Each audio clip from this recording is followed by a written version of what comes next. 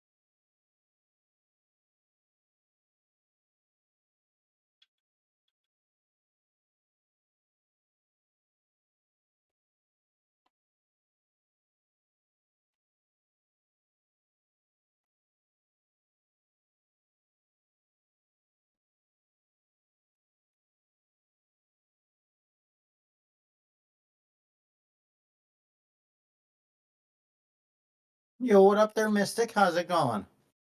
Oh, fuck. Benji, everybody can hear you. Your end.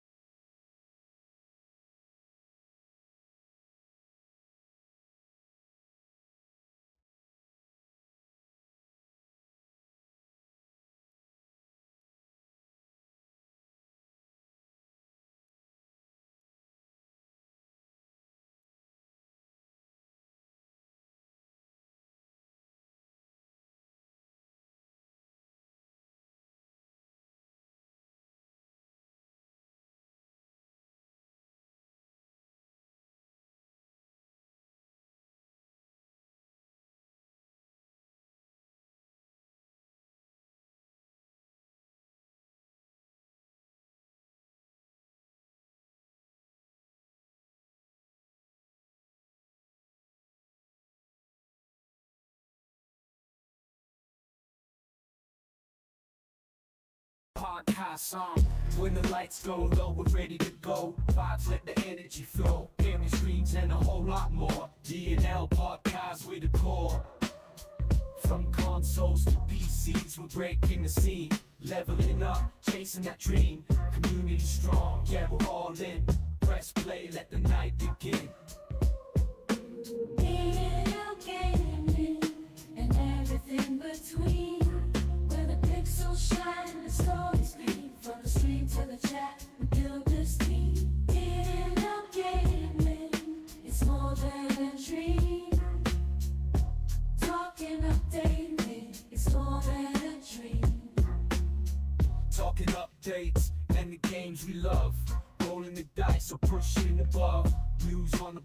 or old school law. There's always room for gamers and more. It's not follow for follow.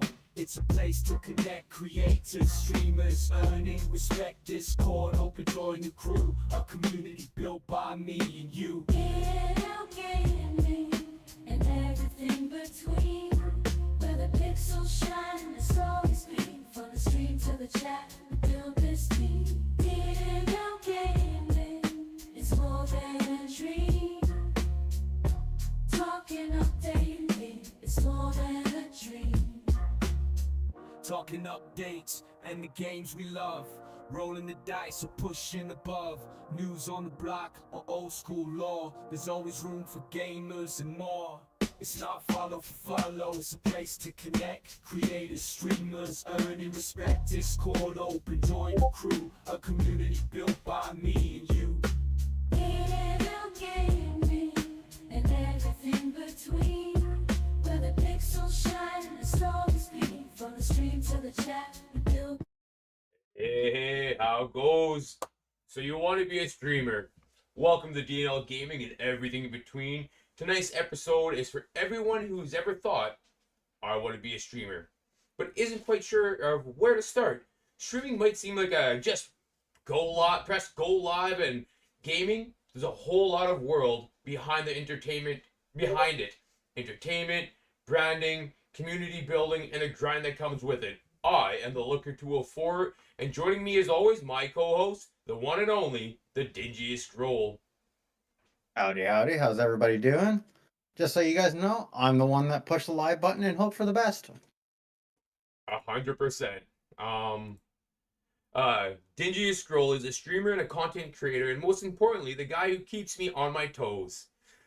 So I tonight, said the same about you, Looker, but I can't be on my right toes right now. that's fair. I just want to comment, Jink, I did see your messages pop up. I'll definitely take that into consideration, see what I could do to help that, and actually read the whole thing, so I only read the snippet of it. Dingy, let's get it started in chat while I resize my stuff here, and then we will get rolling. Where did Jinx say something? She privately DM'd me. Oh, okay. That makes sense why I can't see it. Yeah. So Mystic and Jinx are in here. Mystic was filming in on how her day went. She had some troubles yesterday. So it's telling her that us as a community, we always have her back if she just wants to vent or if she's actually looking for advice. Fair, I do agree with that. And then the one thing I did recommend, Jink agreed with me, is to let HR know to establish a, what's it called? Oh my god, I'm drawing a blank. To establish a pattern. Or a record. Have a record and establish a pattern of it. Hey, hey, Jorge, thanks for being here, man. Yeah, 100%. Mystic, we're not gonna dive deep into what you guys are talking about. But I do think it's there, right? And if you do need somebody to talk to, vent with, or anything like that, we got your back personally, and then there's a lot of good people in our community that are more than willing to help. So what is streaming? It is, and what it's not. It's not just playing games. It's entertainment. It's engaging. It's building a community. The time commitment, the financial investment, and mental challenges. The myths versus reality. Let's debunk the common misconceptions. Dingy, what do you need to start streaming? Essentially, you need a console and a TV and an internet connection, really. It's kind of how I see it. Will you have the overlays and stuff like that? No. Will your streams be majorly over the top and fancy? No. But is it enough to get streaming, start building a community? Yeah. Oh yeah, I meant to do that. Good call. And yeah, you really only need like a console and a TV, internet, and power. Very fair. What about the people that don't play on console? What you mean? Well, Like on PC? There we go. If you play on PC, My stream, and I know your stream, is 100% free. We created it all. We've only used free ways to create our products. Is there ways that you can pay for people to build you stuff? Yes. Um, I'm cheap, and I like free. So Yeah, everything that's gone into the stream, we've built, created, and essentially cost us nothing but our time and knowledge. that's fair. That's fair. Well, to actually answer the question, because you didn't, if you're whether you're a console gamer or a PC gamer, the few of the basics that you need is a camera, a microphone, the console or PC, whatever way you want to go, and the software to be able to go behind that. When we're like Dingy and I, like you were saying, on PC, we are running OBS, so that's the software that we use that makes this all happen. On console, it's literally just a stream button, but to be able to have it set up properly to a PC. Yeah, Jake, we'll touch on that. To have it actually set up properly, Dingy has a heavy echo on your TikTok stream looker. Say something, Dingy. Testing, testing, testing. Yeah, you don't. Hey, thank you, Night Powered. I don't hear too much of an echo, Mr. Mobbin. Yeah. So on a console, you need a capture card of some sort to be able to work the overlays and stuff like that in it. But typically you would still have to pay. Either a capture card or a paid service. Yeah. But then if you're running a capture card, you still need a PC, right? Or a If you're laptop. looking just to stream, you literally just need a console, a headset, internet connection, and power, right? Yeah. There's a lot of streamers that don't have cameras or overlays because they stream from console, and that's what they enjoy, and that's what their community has come to enjoy. Yeah.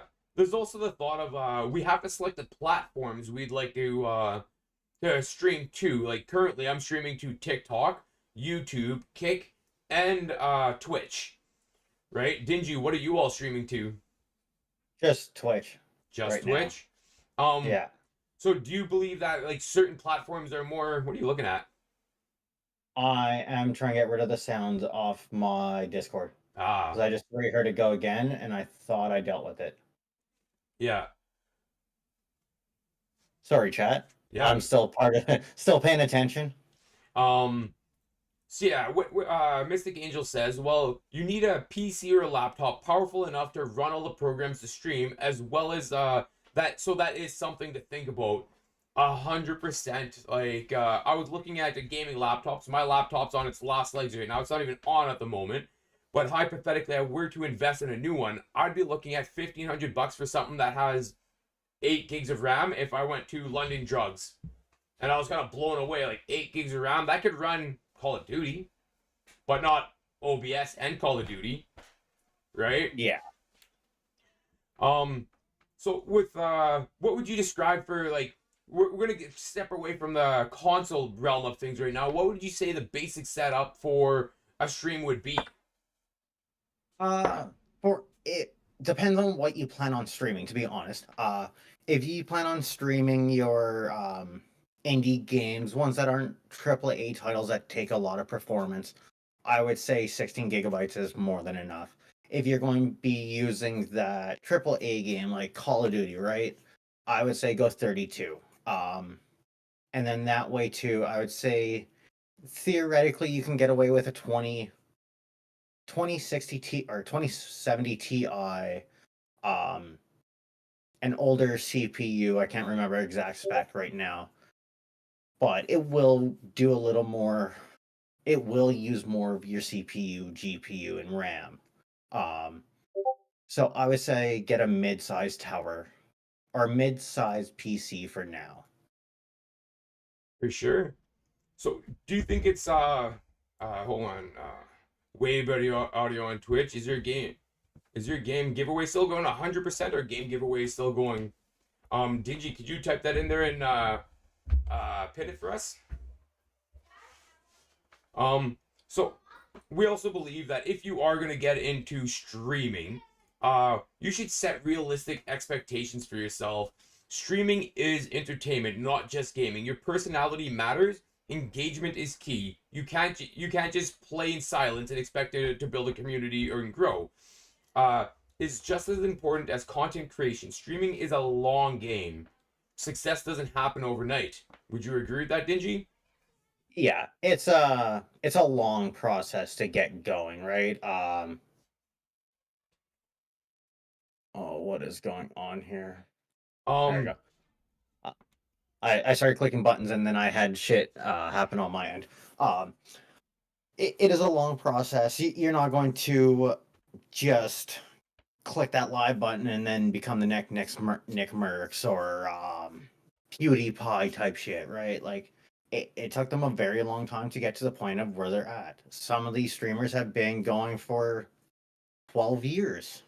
yeah, It takes a while to build a community, and even then, like when you have a community of 1.1 million or 1.2 million, on average you're going to be sitting there around the 200 view marks, right? Like not everybody's going to be able to come and watch you. People do have lives, yeah, and that's something that you have to also understand too, right? Like not everybody's going to make every stream as much as they would want to or you want them to. People do have other things going on. yeah. What do you think the biggest misconception you had before you started streaming? It was easier to be discovered. That's fair. Um, One of my big myths about streaming that or misconceptions that I had is that streaming was easy money. And then I realized most streamers make little to no money, if at all ever. Fair enough, yeah. Right? Another misconception that I didn't fall into, but I think a lot of people would, is that you need expensive gear to start. Um, Dingy, what do you think, like your basic budget? If you're gonna start today, let's say for PC, you have the PC in context, okay? Okay. What do you think that budget would be? And then let's do the same thing for a console setup, but you have the console.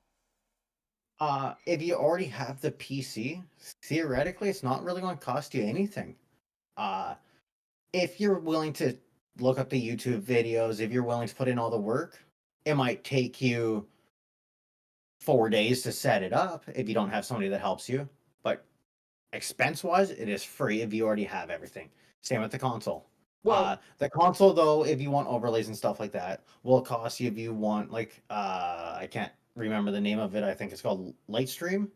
I yeah, think that's like a $10 subscription a month, yeah. The, right? go ahead. Yeah. Oh, that's where I was going kind of in that. Some of the things that you would need is you would need a decent camera, a decent microphone, stuff like that. Like you don't have to have fancy stuff to start, but you would at least need to have that. Like there are some headsets with the microphone in there. Like that's what that's personally what I started with. Me too. But the quality isn't great on it, right? Um, so yeah, I think if you're just starting out, obviously a lot of people look for a really clean camera, really clean mic.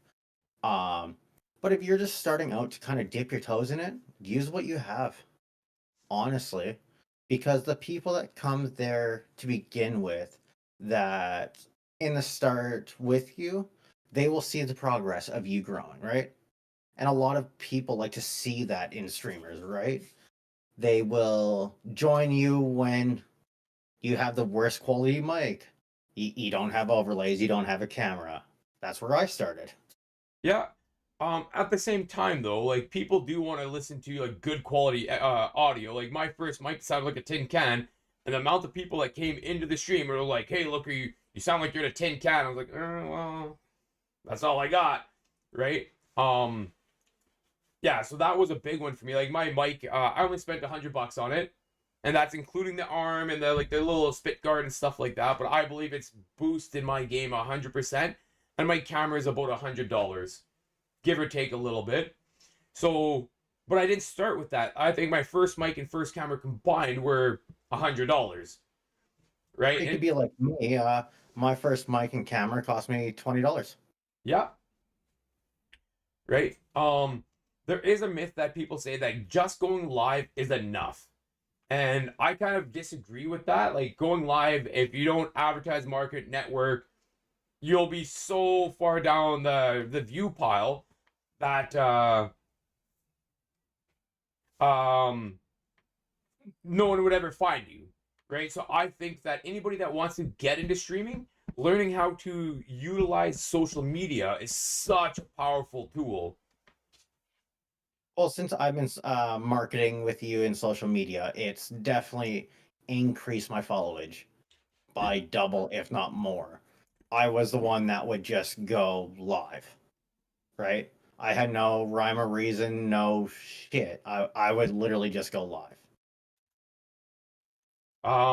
So just to kind of touch on what Jink is saying right now, because she's 100% right. So if anybody that doesn't know, like we have a friend, her name is Jake the Puss. She's a streamer as well. Very much a storyteller and yeah, a storyteller kind of streamer in that. But she doesn't use a camera. So with us talking about cameras, we're talking more of like your cliche streamers, right? With Jake, what she has is a PNG or a VTuber. You're pointing the wrong way. Not on my stream. What she has is a PNG or VTuber, and that allows her to have like her logo, avatar, move its mouth, and all that kind of stuff like that while she's talking and narrating the game, right? Oh, but that is something that it does look very cool, and it's really good for Jink's style of streaming. It works perfectly. It makes sense. It's logical. It's fun. It's enjoyable. But she literally had to make it happen. Right, so I believe. I think it also comes down to confidence too, right? Like, because like when me and you started streaming, and when I started streaming, and when me and you started streaming together, I personally didn't have the confidence, and I didn't want to be on camera. Yeah. Right. Me and Jink have talked. She doesn't like to be on camera. Yeah. So having the avatar that makes it stand out from just straight game or whatever's going on. It's the same effect as a camera, right? It gives it that connection. Yeah, 100%. Jinx said it's a confidence thing, but also having an avatar lets me make a whole persona. Yeah. Yeah. Yeah, that's 100% a thing, right? Like, and if you were to ever go into Jake, like, Jake, are you a mod? No, Dingy. No. Let's give Jake a shout out because we're talking about her, and Jake's awesome, like 100%. If you know her, you know she's awesome. If you don't know her, get to know her because she's awesome. But like what she's saying with the persona is like I've talked to her off stream, and we've been in other people's streams talking, and she's kind of just Jake, right? But in her, when you watch her stream, she has this a persona, and she's very much like storytelling and narrating how she's playing the game, how the adventure's going and stuff like that, right? So you can literally be whoever you want because nobody can see you. For all we know, Jink's a 93-year-old Jamaican lady. We don't know. Could very well. We actually know she's from Texas, so that part's not true. But it's my dead inside narrating that really sells it. See? But that's the Morgan Freeman. Morgan Freeman has the dead inside kind of. I can't do a good more. I was about to try. Then I was like, Robert, that's probably your worst person. No. Do it. No, do it. Unless do it. Nope. Dingy, how do you balance the fun game? Not proceed until you do it. Dingy, how do you balance the fun gaming with the responsibility of entertaining? It comes personally for me. It comes down to the game, right? Say like when we were playing It Takes Two. It's not a very in-depth game where you have to highly focus. So if I happen to shoot you to sky once or twice, it's all for laughs. And we can keep an eye on chat. Whereas, say, like when you're streaming games like Call of Duty, Marvel Rivals, those shooting games that kind of have to make you a little more engaged. What I find I typically do is if I'm running across the field, I'll keep an eye on chat. The second I start getting into a fight, though, my attention does go towards the game. Because nobody wants to watch a loading simulator. That's fair. And for me, I tend to try to play games where I don't have to worry about the gameplay. Like, I try to stay away from Call of Duty just because I cannot multitask that focus at the same time. I'm either playing the game or I'm trying to be entertaining. I have a really hard time with both, so I try to stay away out of those niches that I don't I'm not strong in, right? So Dingy, have you ever faced burnout while from streaming? And if you did, how would you handle it? Or what advice would you give to someone else about how to handle it? Or what's one myth about streaming that surprised you today? I've been burned out. I don't know if it's necessarily from streaming. Sometimes when I had a set schedule, I did feel pressured. I gotta be on stream by this time, and like it starts feeling like a job. You feel more obligated and that you have to be there. The way I'm kind of doing it now with you is I join you. If I'm not there, I'm not there, right? Kind of like with the podcast. Example, I'm not going to be here next podcast because I have things to do. I don't feel as I have to be there, so it doesn't quite feel as much as I'm going to burn out from it. What I used to do though when I'd burn out is I'd just quit streaming. I would take a one anywhere between a 1 to 12 month hiatus and then eventually start streaming again. Yeah. Not the best idea, but it's what would happen. I've actually seen a lot of creators do that. They'll be streaming for 2 years straight, and then all of a sudden they're like, "No, I need to take a 2 month break for me." Right? Because in at the end of it, it all comes down to your mental health, and it's about you. What Yeah. about yourself, Looker? So for me, the structure and saying I gotta stream on this day, I gotta like planning everything out is how I prevent a burnout. Like not being ready, being late, not being organized. That's what gets my stress going. Um, but in the regards of burnout, I don't think I've ever faced burnout outside of occupational burnout. Um, yeah. So yeah, But when you personally feel like those two kind of go hand in hand, if you're burned out from work, right? Like you're coming home, you're tired, you're quote unquote depressed, right? Like you're just not physically there. Is it worth it to go live just to keep that schedule? it all depends what your goals are, in my opinion. So, in my advice to other people, right? Because you and I have just different outlooks on it. Like me personally, this here is a way for me to release and stuff like that. I don't find it a chore. I enjoy it. I also want to be successful at it, and I know like trying to be regular and consistent and scheduled is how you do that. Um, yeah. Sorry, I was just reading Jake's. You keep finishing, yeah. Yeah. Um, yeah, being like regular, structured, and scheduled is how I can prevent that from happening. And it's also one of those things where it's my schedule and my timing, and I'm in control of it. Whereas work, like I'm in a very like Dingy, you're in a very fast-paced industry as well, where it's like lots of quick deadlines over and over and over again. And sometimes it's like when you have to hit a home run every single day, and you get to the end of the week, and it's like, oh, well, you only hit 5 home runs. Man, could you pull out 6 next week? It's like, holy smokes. And I know, like, I love my job. I love my work. And I know it's not them being facetious towards me. I know it's one of those things where it's like, the company needs it.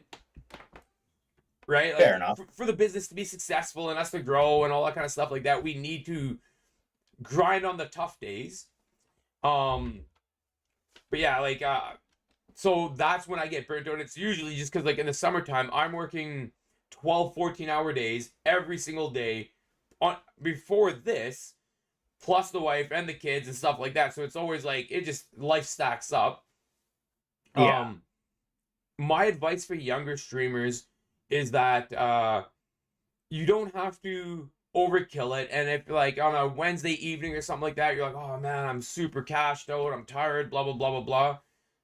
Just go in your Discord or the community that you're in or however you want to do it and just, hey guys, I need a me day. I'll be back next week or next Wednesday or whatever your scheduled time is, right? It's important to stay committed, and it's also important to be honest with yourself. So exactly and your community. And your community. Like, be honest with it. Guys, I need a me day. I'm exhausted. Right? So things like exactly what Dingy just said, I'm going to take a year off because I'm so burnt out from this, right? Which if you do want to be successful at streaming, every time you take a major hiatus, you're literally starting pegs down because people forget about you. We all have lives and it's nothing personal, but it is something that just kind of happens. Hey, thank you for the sub, Jink.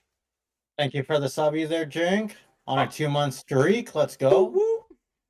I will read out what Jink said, though. She Yeah. thinks one myth that super needs to be debunked, especially to new streamers, is that streaming is guaranteed to make a living. It is not. It is a hobby that can make you some money. Only incredible small amount of people will make a living from streaming. Even a smaller amount can be rich and famous from it. Yeah, 100%. I don't want ads. Well, I greatly appreciate it. For sure. Um, hey, hello. Thanks for being here. First on chatter too. Yeah, 100%. Yeah, so it's like, well, I was going to quickly review it. Yeah, so in the scheme of things, like I average, I think it's like 15 to 20 viewers per stream. And which is awesome and super cool. I'm super thankful. And I'm ranked in the 3 to 5% category, right? Of all of Twitch streamers. Like my numbers are, they look good on paper. I am not like I make a couple hours worth of wages on Twitch, and it takes me a whole month to do that, and I'm grinding. I put a lot of work into it. So yeah, it's like and that's top 3% of streamers on Twitch. So Jake's 100% right. This is not a get rich scheme. It's nothing like that. It's a hobby, yes. And if you are you work very, very hard at it and you're very good at it, you could actually can make it. But we're talking about the 0.01%. If there's 1,000 people doing it, only number one is going to make it. Are you number one? Now, if you set realistic expectations with yourself and you're honest with where you think it could go, you can climb fairly well over a period of time. Hey, thank you for the follow. Jinx said that I know several partner streamers who most of them still have a day job just because like you're not making that $2,000 a month or whatever people are seeing from like these big streamers, Tim the Tatman, Nick Merckx, people like that are making silly money, $1,000, thousands of dollars a month, hell, even thousands of dollars a day. Like that's I don't even want to say that's the 1%. I want to say that's like the 0.01%, right? Yeah. Like the odds of ever getting there, I'm sorry, it's really, really low. Yeah, 100%. Amo, we're doing great. We're just enjoying the podcast right now. And then Jinx, so even though partnered is the goal, even partnered can't make a comfortable living unless they're pulling in ridiculous numbers. 100%. So I think a lot of streamers have this dream that, oh, I'm going to be this, I'm going to have this many followers, it's going to be amazing, I'm going to have this viewer count. And then after a couple months of grinding, they come into that realization where this is a lot more work than what I thought it was. And they start to have self-doubt when their growth is really slow.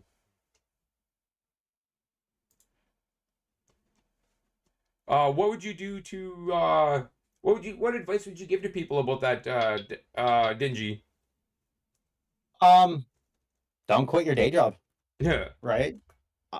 Personally, I do streaming for fun. Fun, entertainment. I play with people that I enjoy playing with.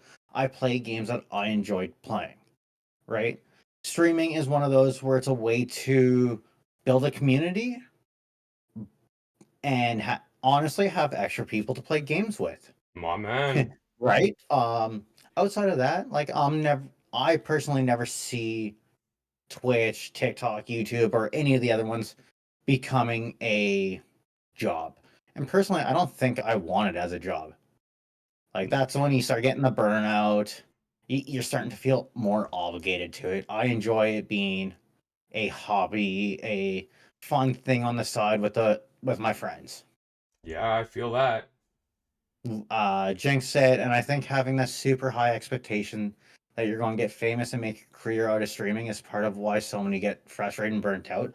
I 100% agree with you, Jink. Um, Me going into streaming, I personally never looked at it that way. Only reason why I pushed for an affiliate, honestly, is me and my stepson had a race.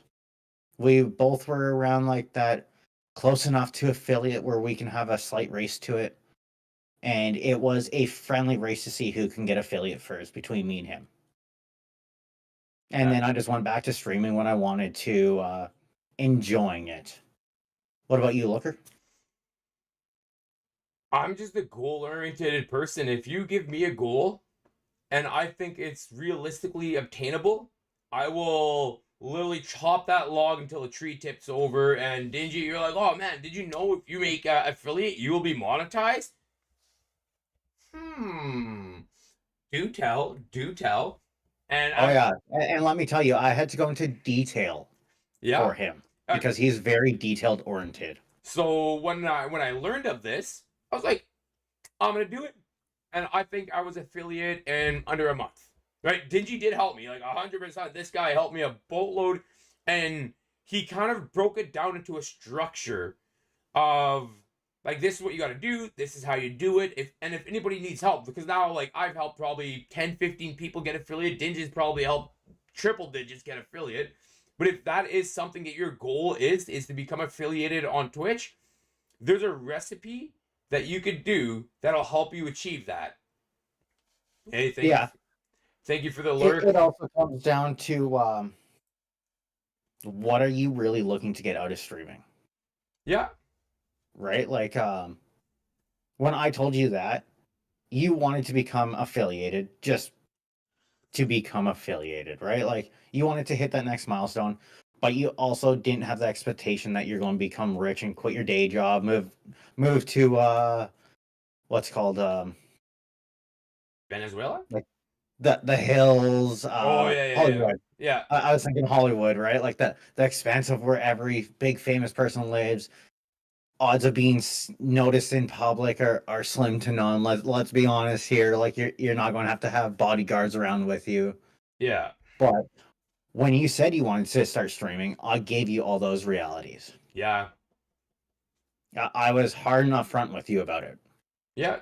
So do you think it's crucial to have, like, when people get into streaming, whether it's Twitch, Kick, anything like that, that it's crucial for them to set realistic goals? Oh, 100%. If you're the person that dreams to the moon, great for you. But this is one of those industries, I'll call it. You can't have that set as your only expectation. You can have that set to an angle of whenever that happens, but that can't be your only expectation, right? You can't sit there and watch the numbers. You can't sit there and the second that view drop counts, because let's be honest, it happens. Even if you do have a bunch of people in your stream, it's just going to kill your mood, kill your stream, and at that point, it's going to kill your streaming community and progress. Yeah, That's 100%. why I personally don't watch those numbers. Yeah, and see, I thrive on those numbers. But do you watch them as you're live, or do you watch them? 100%. Do you? Okay, that's where 100%. we're kind of different. But it's one of those things, like, although I'm very goal oriented, I'm stats directed, right? So like after every single stream, I review the stats, and I'll literally like watch my stream or our stream, and then like what happened when the numbers went good and what happened when the numbers go down, and I look for what did we do here in that moment, and I'm watching the stream, listening to it, and I'm like, oh, okay, this was a fun thing. Like I think some of the best moments, most successful moments you and I have ever had, is when we're in the middle of a game and we're bantering, and we're kind of like shit talking and we're in it and stuff like that. And I think people like the fact that we banter, and that we have very thick skin. So we've said some stuff, and for anybody that's in stream that knows us, like Jink here, she's roasted me as well. You're supposed to be on my team, Jink. Come on. Yeah, go ahead. No, sorry, I was thinking a side note. My bad. Yeah. Go ahead. Finish what you're saying. So yeah, like those moments when we're bantering, when we're really like digging our teeth in, the people are like, okay, these guys are playing a cool game. but it's the camaraderie, the banter, and stuff like that, and the fact that we let people in chat join in on that. Now they feel, because who doesn't want to bust the chops of their buddy, right? So they feel now that they're part of the community and stuff like that, and it's always fun to see someone get roasted. You know it. Yeah. I know it. Now, That's why we call you Roasted Peanut. hey, whoa, whoa. See, just apply. Your childhood had you all right. They called you Whoa. Peanut, and then you They got did? older and you became Roasted. Now you're Roasted Peanut. Later, dudes. No, I'm just kidding. And clip. Yeah.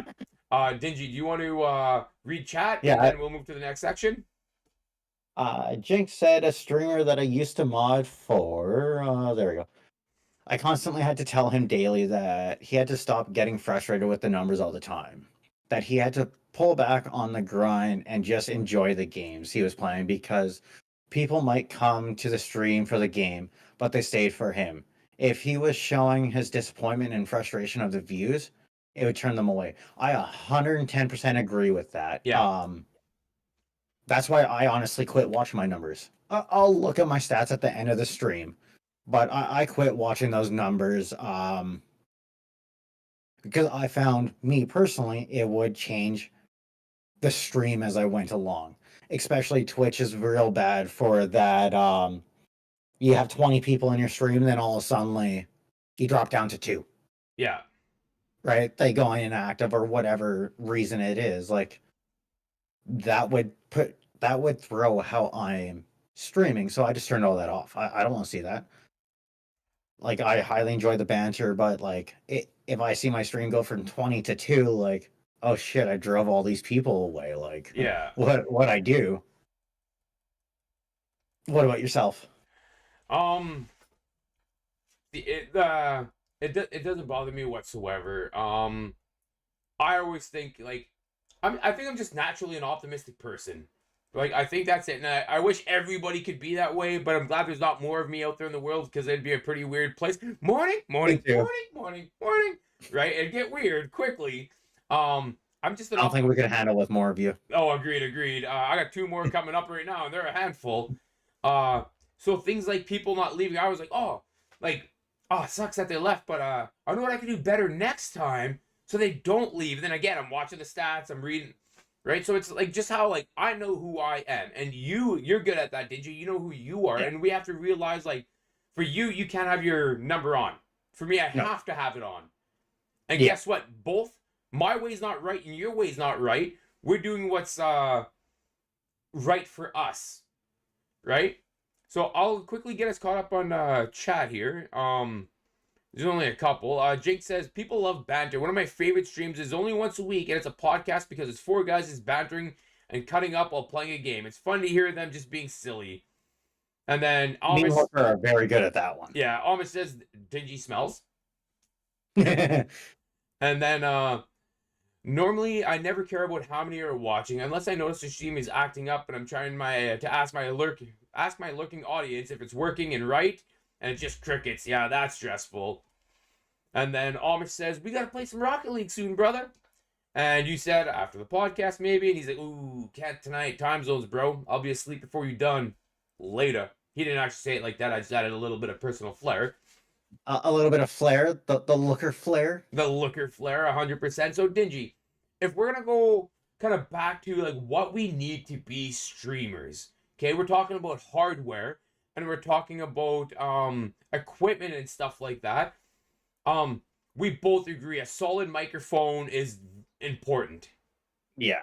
Do you have any recommendations on what kind of microphone that you'd recommend to people? Like, I think before when you and I were talking about it, you mentioned a Yeti. Yeah, the Yeti Snowball is very good. It's like a $50 to $70 mic Canadian. Yeah. So what would that be, like $40 to $50 American, something that, around there? I know a lot of people that use it. Quality wise, it's really good. A lot of people like that directional mics. So then that way you have to be right in front of the mic to hear it. Yeah. I personally got really lucky and won a really expensive mic for mine. I had the Elgato Wave 3, which I won relatively early into my streaming career. Right? And it all comes down to what you're using your mic with. If you're using it with a PC, you can go in and enhance it. You could turn it up. You could turn up your gains. If Yeah, you're using it with your Xbox, it's kind of what it by a is. little bit, yeah, it is what it is, by maybe a little bit better of a quality. Um, so then that way, if you do ever switch to PC, like you already have a good quality mic. Yeah. For me, both my mic, my camera, my keyboard, and my mouse are all Razer brand. Me personally, I really like the brand. I like the feel of it. I think they create like good picture quality, good sound quality, and a lot of what are you giggling about? None of my shit matches. Yeah. But I've purposely done that, and I was like, I've slowly been building. I literally had soup cans to start off with, camera mic and all that stuff. Like I'll have a stream one day with both cameras up, and you guys are like, ugh, yikes. So just like yeah, every couple of months, okay, I'm gonna upgrade my camera, and I like the Razer brand. I like the color scheme of things. My next one is headphones, because these are the PlayStation ones, which are great gaming headsets. Um, yeah. So I I got really a Razer headphones. Yeah, I noticed that. I noticed that today for the first time. So I think $50 to $100 would get you a solid microphone, something that's good. Both Dingy and I have ours on the arm. I guess you can't see the arm, but it's on the arm. Yeah, the boomstick or whatever like that. And you have to add the number Amish. Um, And with the arm too, that's more for a PC thing, right? I guess maybe even if you are using console, right? Because you're sitting in that one place. It is, I like it personally because I don't always want my mic directly in front of me. As there's been times you've seen me typing, and sometimes I have to look over my mic arm to see what I'm typing. yeah, A lot of times I toss it up and out of my way. I even hang my headphones off it. I learned that one from you. Uh, Yeah. Uh, and it's one of those things that's not needed, but it's very, very nice to have, as Looker can contest. Yeah, 100%. Hey, Booty Tang, I appreciate you being here, brother. Um, and see, I had my mic. I bought the Razer mic. It was like $100, and I literally had it just in front of me, and it worked just fine. I have no complaints with it. I thought it was awesome. But my desk was like, even right now, it's cluttered. There's a lot of stuff on here, a lot of setup. Because before I had my monitor sitting on it, so literally, I was like, oh, I need to get my mic off the desk so I have more room for activities. I bought the arm, right? But all my whole setup, I literally bought one piece at a time, one day at a time, kind of thing like that. Like it just little intervals. I didn't buy it all at once. I at first got everything all at once, and it was a soup can, right? Same budget I have on everything now, but I did it like all at once. So like you bought a keyboard, mouse, mic, cam, blah blah blah, $100. I had soup cans, right? You also, I believe, you need a good set of headphones, but headphones don't have to be crazy. They just have to be decent. Just I like to hear it well. Yeah. Turtle Beaches. Yeah. Razor's kind of more on the expensive side. Let's be honest here. Yeah, agreed with that.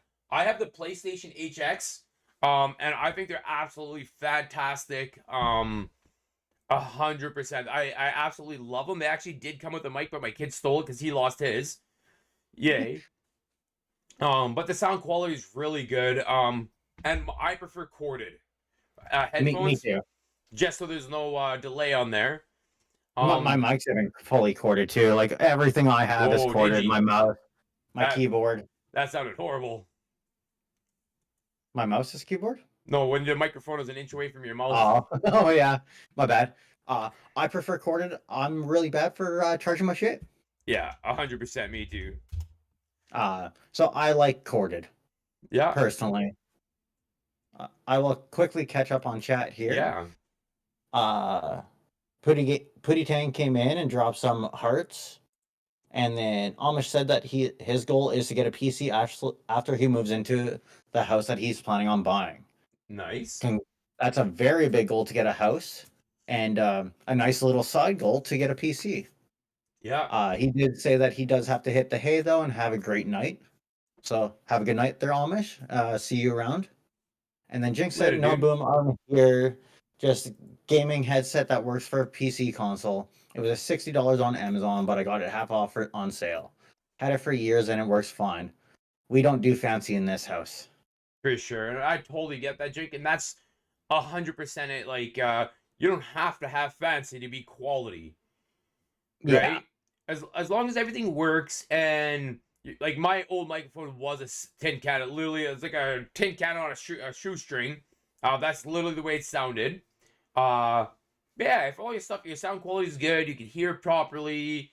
You don't need high end and expensive and fancy. You need the basics and Quality. yeah, basic quality stuff. Yeah. Because yeah, if you do make it or you start rolling in the dough or you got a good paycheck or a bonus, yeah, treat yourself. Get a newer camera, a better mic, or a new controller, whatever it might be. But you don't need it. Those are selfish pleasures, which is fine. Yeah. But set yourself up for success by not like, hey, I need to drop 12K on a gaming setup so I can be a streamer. Realistically, if you already have the PC and console, I think you could do it for under $200. So on console, you'd need a capture card, which is $70. You need the PlayStation camera, which is another $70, and then a headset. But if you're a gamer, you should already have that.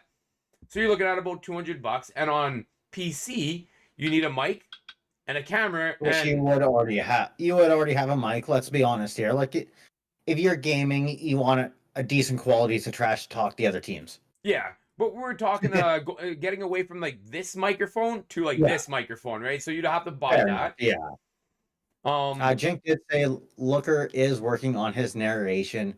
Going to add some visual novels into the game rotation soon. Jink, I 100% agree with you. If he starts streaming by himself without us doing it together, I guarantee that's the route he goes. Ladies and gentlemen, boys and girls, children of all ages, tonight will be the most epic of epic nights because we will be going into the haunted mansion. I do practice my narrating voice regularly. I absolutely love it, and I narrate my kids doing stuff sometimes. Logan and Mason will be doing the chores shortly, or else their butts will get kicked. Right? They find it funny. I find it funny. And the wife's just annoyed. Yeah. 100%. Nothing wrong with headset mic. It's what I use and the quality is fine. Oh, exactly, 100%. Right? For me, I wanted to get away from the headset mic. I'm a mouth breather. Not when I sleep, but when I talk. So I'd always have that into the microphone. Right? So we all can't be soft and gentle like you, Jink. I think it all comes down to what your expectations are personally also, right? Like, I wanted a decent quality mic, so I went out and bought a decent quality mic and headphone, right? Yeah. You can find some on sale. Like, I found this one, which is normally a $200 headset. I found it for $50. Yeah. Deal of a deal, right? The mic's going to be really good quality on it. I don't know, I've never tested it, but if you go out and buy your Dollarama, your Walmart, $5 one, let's be honest, you're paying for what you get. Yeah. So when people get into streaming, one of the first big questions they will be asked is what platform do you want to stream on? So some of the big ones right now is Twitch. It's the largest community, but it has very high competition. YouTube, it's great for discoverability with videos and streams. Kick, it has a very high, or I think the highest revenue split, but it's still growing. Facebook Gaming, it's good for built-in audiences, but it's unpredictable a little bit. And TikTok is very good for short-form content. Dingy, how do you feel about that? Or what way would you suggest people to lean into when they first start off? I would find, depending on what your niche is, right? Do you like streaming and taking little clippets of it? Then TikTok might be your thing. Oh yeah, also Instagram does lives. I've never been Insta live. You've never been live? On Insta? So when I started streaming, it was only TikTok. It was only Twitch and YouTube at the time, really. Yeah. Like, Facebook's always kind of been around, let's be frank here. But it wasn't really the gaming side of things, where it kind of allows it now. So my choice was real easy. I find if it's easy to go live on one and then cross post other places, right?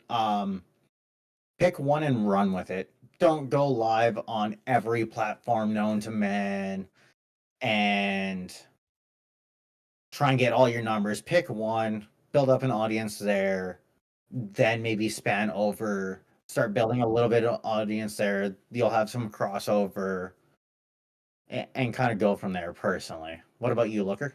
So I'm live on like 5 platforms right now, but what I did, and this I is know you are.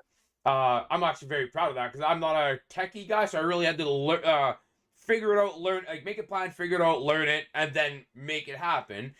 Um, my advice to anybody that you're starting to stream, know what you want to stream. If you're getting into like gaming, like you want to be a game streamer, Twitch, Kick, are kind of the big ones for that, right? Short form content, TikTok, Insta, Facebook, they're really good for that because you could share across a lot of stuff. So this is what I did, and this is my advice to everybody else.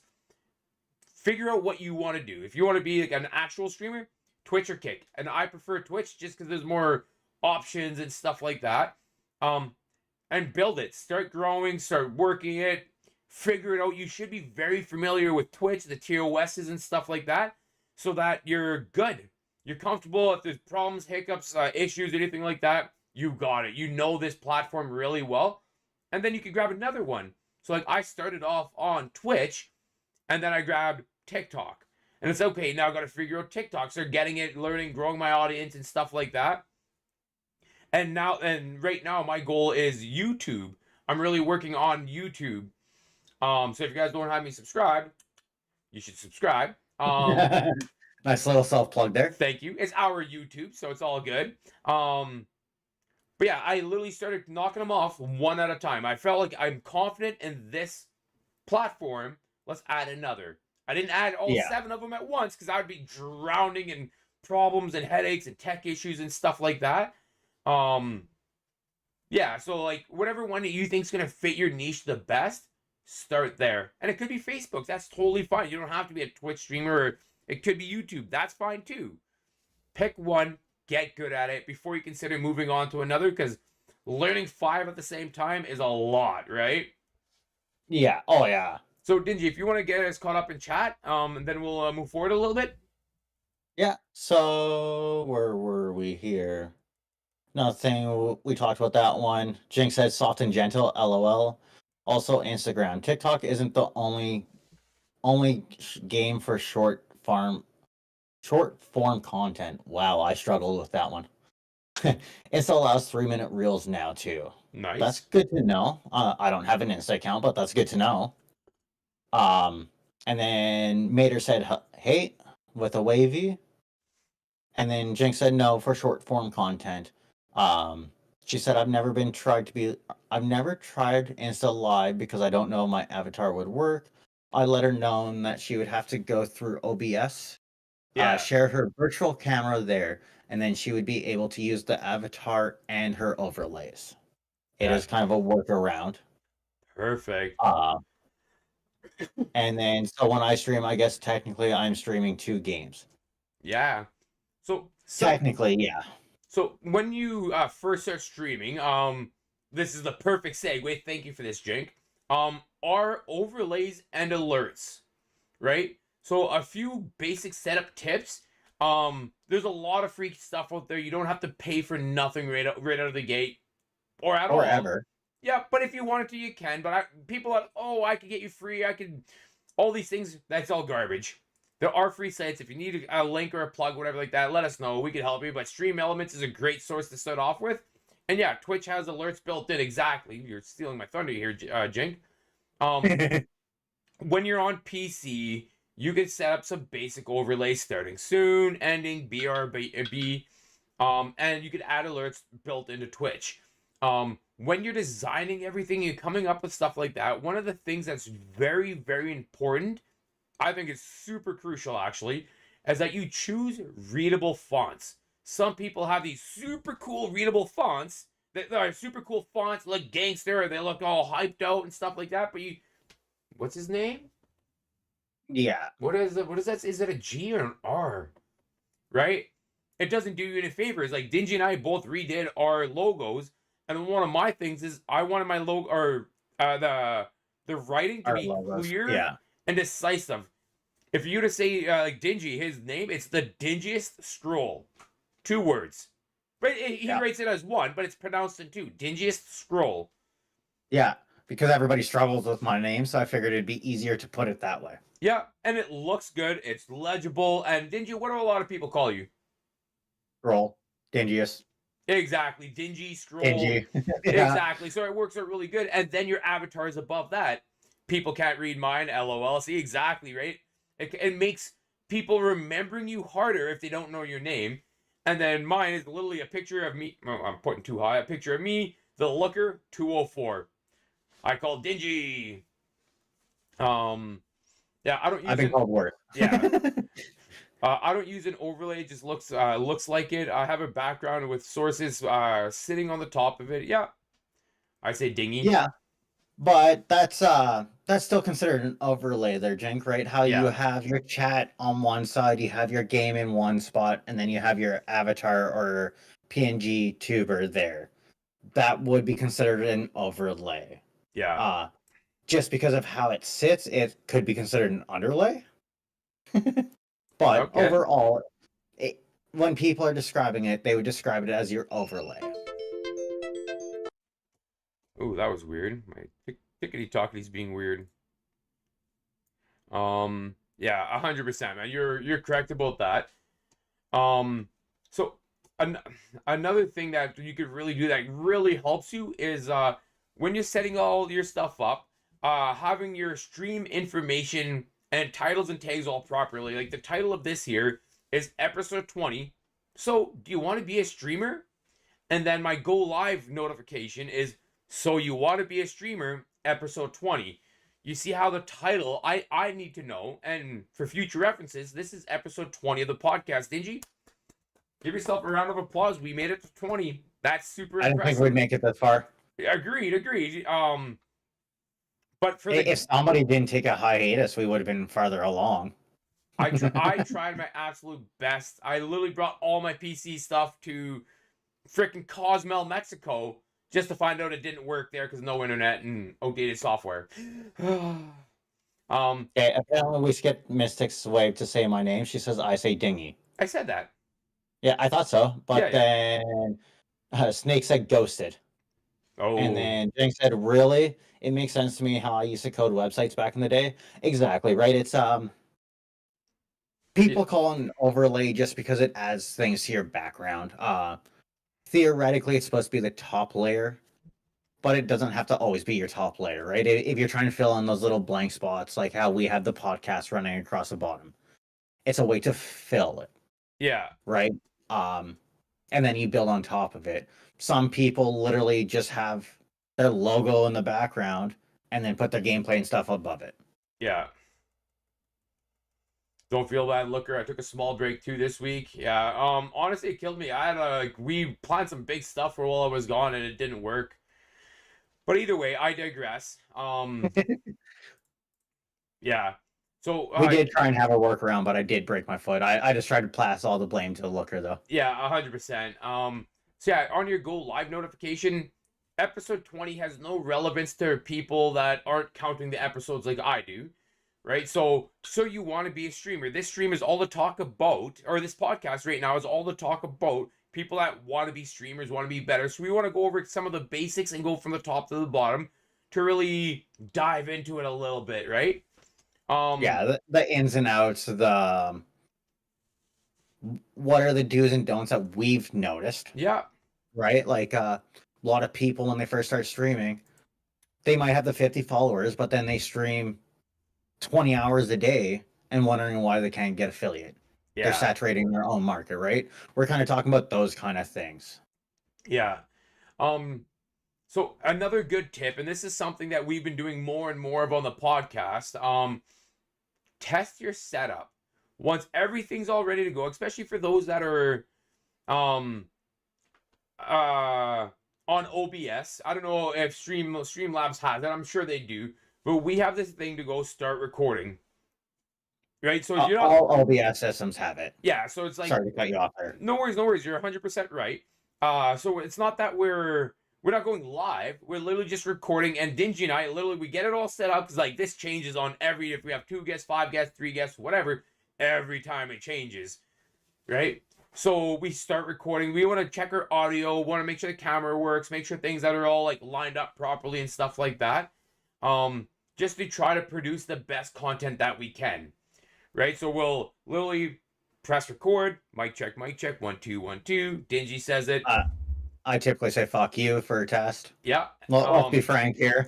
and then we put it back. So Dingy, you want to catch us up on chat, and then we'll continue. Yeah. So you replied to that one. Mystic said, "Yeah, that would be you for sure, Dingy." I tend to fuck around here and there. Yeah. Jen said, "I never changed my notification message. Honestly, before Looker started harassing me about it, I never did either. It was, Dingiest Scroll sent you a message. Click here to see." I won't lie. I got quite a bit of clicks off that one at first. Yeah. Right? You want to have something that sparks interest when they see it. Yeah. And then she said that I do number my episodes for my game so people can watch the VODs. That's kind of cool. I like that. We didn't do that with It Takes Two. We should have. Yeah. Just so then people could watch the whole story mode if they wanted to. But that would have, yeah, I really like that one. Yeah, we should write that down. Yeah, we might actually steal that one from you, Jank. Thank you. Snake's had this discussion yesterday. A lot of new people in multiple communities are being lazy, not trying to improve, not putting in any work. The reason for an update to my Discord. Yeah, that's why we also talk about it on the podcast.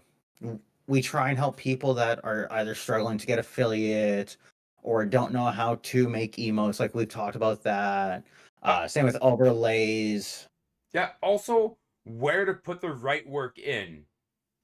Yeah. Right. When I feel like when I started, I put a lot of work into things that had nothing to do with nothing. I thought I was doing the right thing, but it didn't do anything for me. And Dingy often is like, "Robert, why are you doing that? Like, what the heck? Why are you messing with your volume?" I'm like, "Oh, I'm just trying to make it sound better." Well, that doesn't change the sound. That just messes with the echo or the distance and all these things. I'm like, "Oh, could you help me put it back to the way it was?" No, Right. typically how it goes is we're about to go live, and then he goes, "Oh, so I messed around with my settings. Can we do a test?" And then he plays a test, and it sounds like ass, and then I have to go through and help him fix it all. Fair. Faceless One TTV said, "What up, boys? Hope Hey, you're what up, having a man? good stream." What up? What up? Jink replied. Snake said, "Exactly. Yes, we don't mind helping, but you got to do some of the work yourself." Yeah. Personally, Snake, what I tend to do is I've helped enough people set up their streams, set up their overlays, stuff like that. I will walk you through how to do stuff, but I'm not going to hold your hand while doing it. I will teach you how to create an overlay by taking one of the free ones, how to move things around, how to add things. If you want to create your own full overlay, that's all you, boo. Like, I'm not here to do free work. Yeah. I'm here to show you the tips and tricks that took me a long time to learn, which made my life easier in the long run to make your life easier. So you don't have to go through the same YouTube videos that I did. Yeah, just trying to help out our community. Yeah. Jink said, "I think a big issue for streamers, so many people don't want to put in the work, just expect that they'll be famous the moment they go live for the first time, and then super disappointed when it doesn't happen." I'd also add to that is when you're big on one platform, it doesn't always transfer over. Yeah. I know some people that had 2K followers on TikTok, they came to Twitch first, we'll say 3 months. Big. Like, got a lot of subs, got a lot of bits, all that. Then it kind of died down, and then they're like, "Oh, well, what's the point of streaming?" Yeah. Just because your success is on one thing doesn't mean it transfers over. Yeah, because each platform has its own algorithm, and you got to keep that in mind. And then like I'm the exact opposite. I stream for 6 to probably 9 hours a week, like Monday, Wednesday, Friday, 7:30 till 10:30, 11 o'clock, or 8:30 till 11, 12, depending on the day. And then I probably put in 40 hours of work on the stream outside of the stream, right? Like, so like, and I'm not rich and famous. I'm not big. My numbers aren't through the roof. Nothing like that. Like, it's just kind of my character. Like, you should see me at work trying to do stuff. I'm just that guy, right? So, and we have grown. Like, we've grown substantially. I feel, right, Dingy? Oh yeah, between the Facebook group, both of our Twitches, like we do have some cross followers, Yeah. but for the most part, like before me and you started, I think I was at like 400 around there, Yeah. and you were at just got affiliate because I helped you get your affiliate. Then you took your hiatus before we started the DNL. Yeah. Since then, you're at what, like 850? I actually don't know what I'm at right now. You are currently at 826. Woo! So you've gained since we've started the DNL 10 months ago, 11 months ago, something around August. there. August. Yeah. In August, I just broke 500 at the beginning or mid-August or something like that. Yeah. So you've gained 400 followers in 10 months roughly. I went from 400 to 1,000. Yeah. Like us doing the way that we have been has really helped both of us. Oh, 100%. But we also have the luckability of being able to bounce things off each other. Yeah. Like even today, you're driving home from work. Hey, I had this idea. I had a great I like idea. it. I like it, but it's a bad execution. The way that he originally told me. So then we kind of talked it out, bounced it off, and now we have a new way of dealing with it. Yeah. If anybody's interested in hearing my idea, you can let me know, and then I'll tell you about it. But if not, we got to move on with the conversation. You want to read Jink's comment, and then I'll do my follow-up question? Jinx said, I think it's also about knowing your limits too. 100%. Like the stream I watch, that's only once a week. They pull in 600 to 1,000 viewers for the 4 to 5 hours they stream that night. But the bulk of what they do is on YouTube videos. So they stream just a weekly way to engage with the community. I can agree with that. That's your schedule. You know that if it's one person or multiple people, you have that time set out, right? And then with that 4 to 5 hour stream, like that's a lot of editing that now has to go into it, especially with YouTube videos. You're then taking out more than likely clips for Twitch or not Twitch, TikTok. You're taking out little snippets out of it, and you're filling up the rest of your days with editing. Yeah. Yeah, 100% with that. So, Dingy. And somehow one of the guys that in the group still has time to be in movies occasionally. Whew, that's cool. What's one piece of equipment that you wish you upgraded sooner? Stream Deck. Ooh. To get one of them. I didn't have one for the longest time. I've seen people have them and talk about them and like how nice it is for streaming. Let me tell you, I like it for even not streaming. Like I use it for everything. I personally have the 15 button one, and I have folders that come along with it. So like I have my going live folder. I open up that folder, and then it has all my live options. It's got my starting soon screen, but then I click the one button, it starts my stream, starts my music, it starts everything for me. Same thing with all my other ones. I absolutely love it, and I use it even off stream. Yeah. See, and for me, I recently as well got a stream deck, but I got a mini. 6 buttons only, so it's a lot of work to navigate through things. So I wish I got the full-sized one, but I was just on a budget. I think my favorite purchase and something I wish I got sooner is exactly what Snake is saying, a microphone. I don't know what you think of my microphone now, Snake. But it's not only did I really like this mic, I have a microphone account because I have a new mic that I want to get in the future, but it's like $300. Yeah, $300. It's gonna be awesome. But I don't got $300, so here we are listening to me on this guy. Jinx said a decent gaming PC. That kind of comes down to what you prefer, right? Like if you're not playing those AAA games that take a lot of CPU, GPU, and RAM.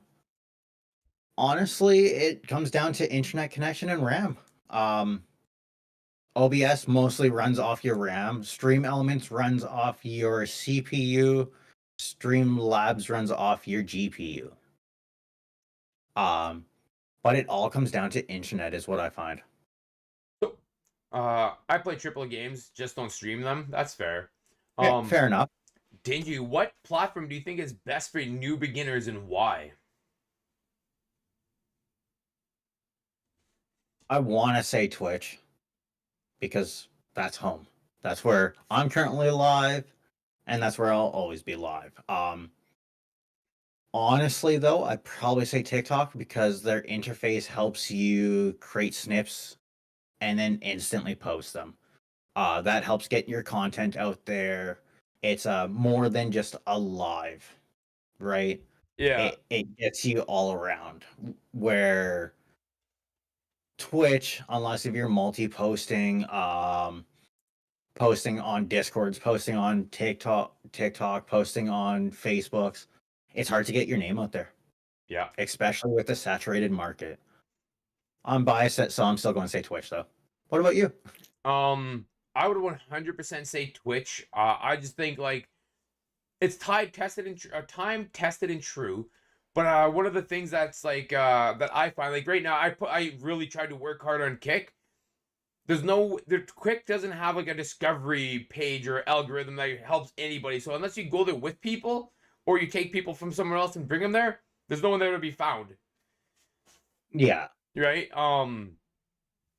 Yeah, so Faceless One says I was looking at a new set of headphones for like COD or other games and they're like $1,200. That's a silly number for headphones. Really silly. Yeah. And then like even nowadays, like your average gaming headphone comes with 4 speakers in them now. I'm assuming the one sound. I'm assuming the one that he's talking about has the 3 speakers in it now. Yeah. Because that's a new big thing.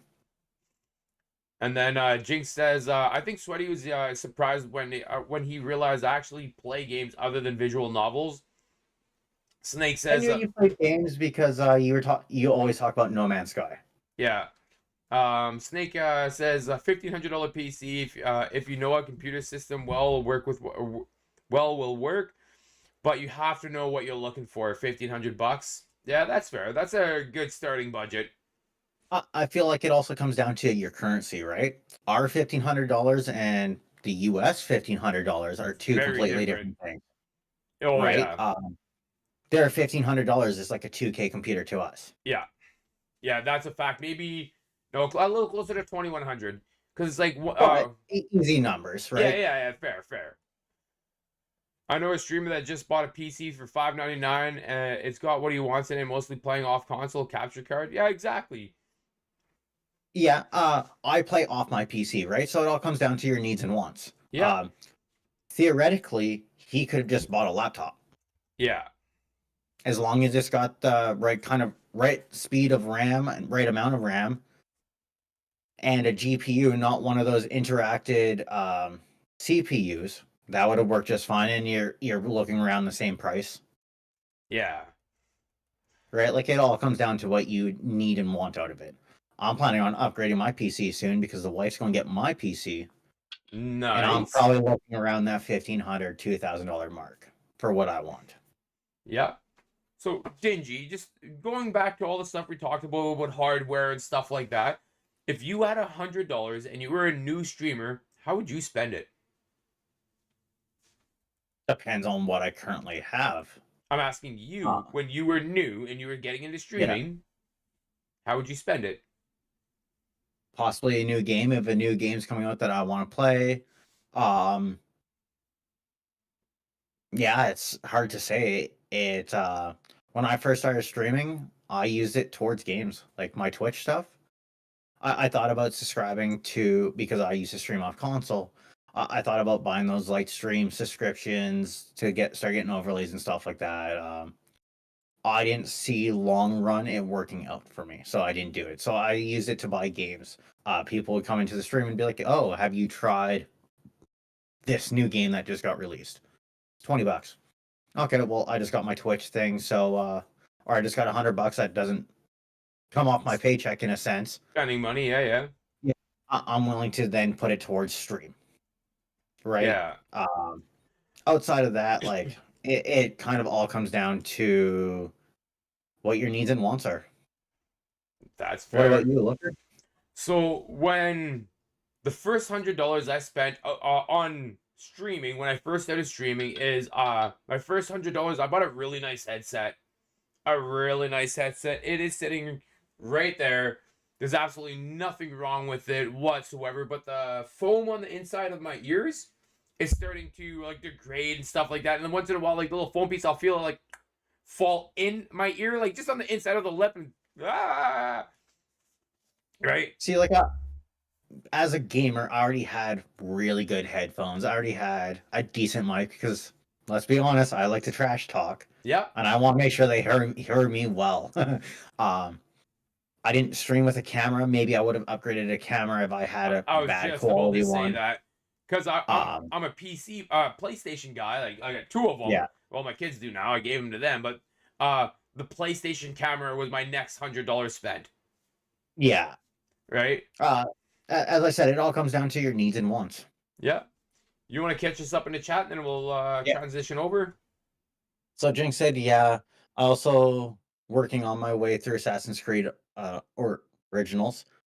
Didn't know that. That's cool. I was thinking about just playing those games, especially how they're free on the Game Pass. I'm going to complete that game with my character in a towel. That's kind of funny. And riding Kambua camel. Sometimes AC games are silly.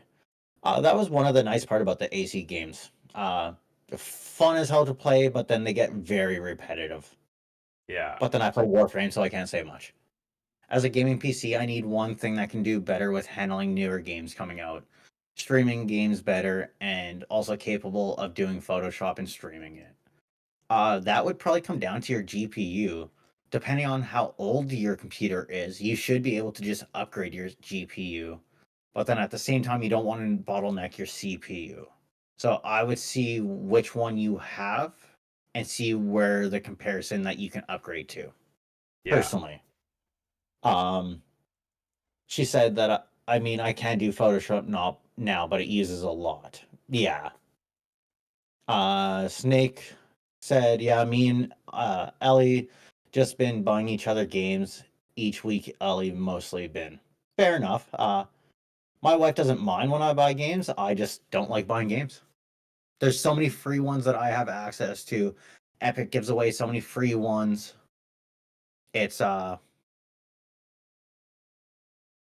why spend extra money that you don't have to? That's totally fair. And then Jinx said, I currently have a laptop, not much you can do with upgrading. Me and Looker were actually discussing that earlier.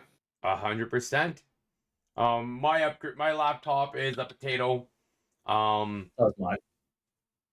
Well, mine 6 years ago was $1,000 laptop, and I knew a lot less about PCs then than I do now. And I'm very proud to say that I have 2 terabytes of memory in my laptop and 8 gigs of RAM. Yeah. You could hold a lot of shit, but you ain't getting there fast. Yep, and literally like transferring information from it, and when I like moved everything to the PC, holy smokes, it was painful. Fair enough. So yeah, Snake's currently, yeah. I'll give chat one advice check benchmarks with PCs. I have a program CPU Z. I used to see exactly what my PC has. That's fair. I find with those benchmarks though, they kind of lie.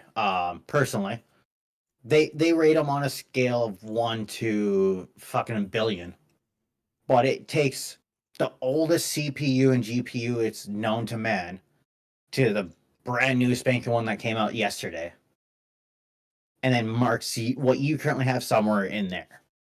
So the second a new one gets released, your benchmark drops. Right?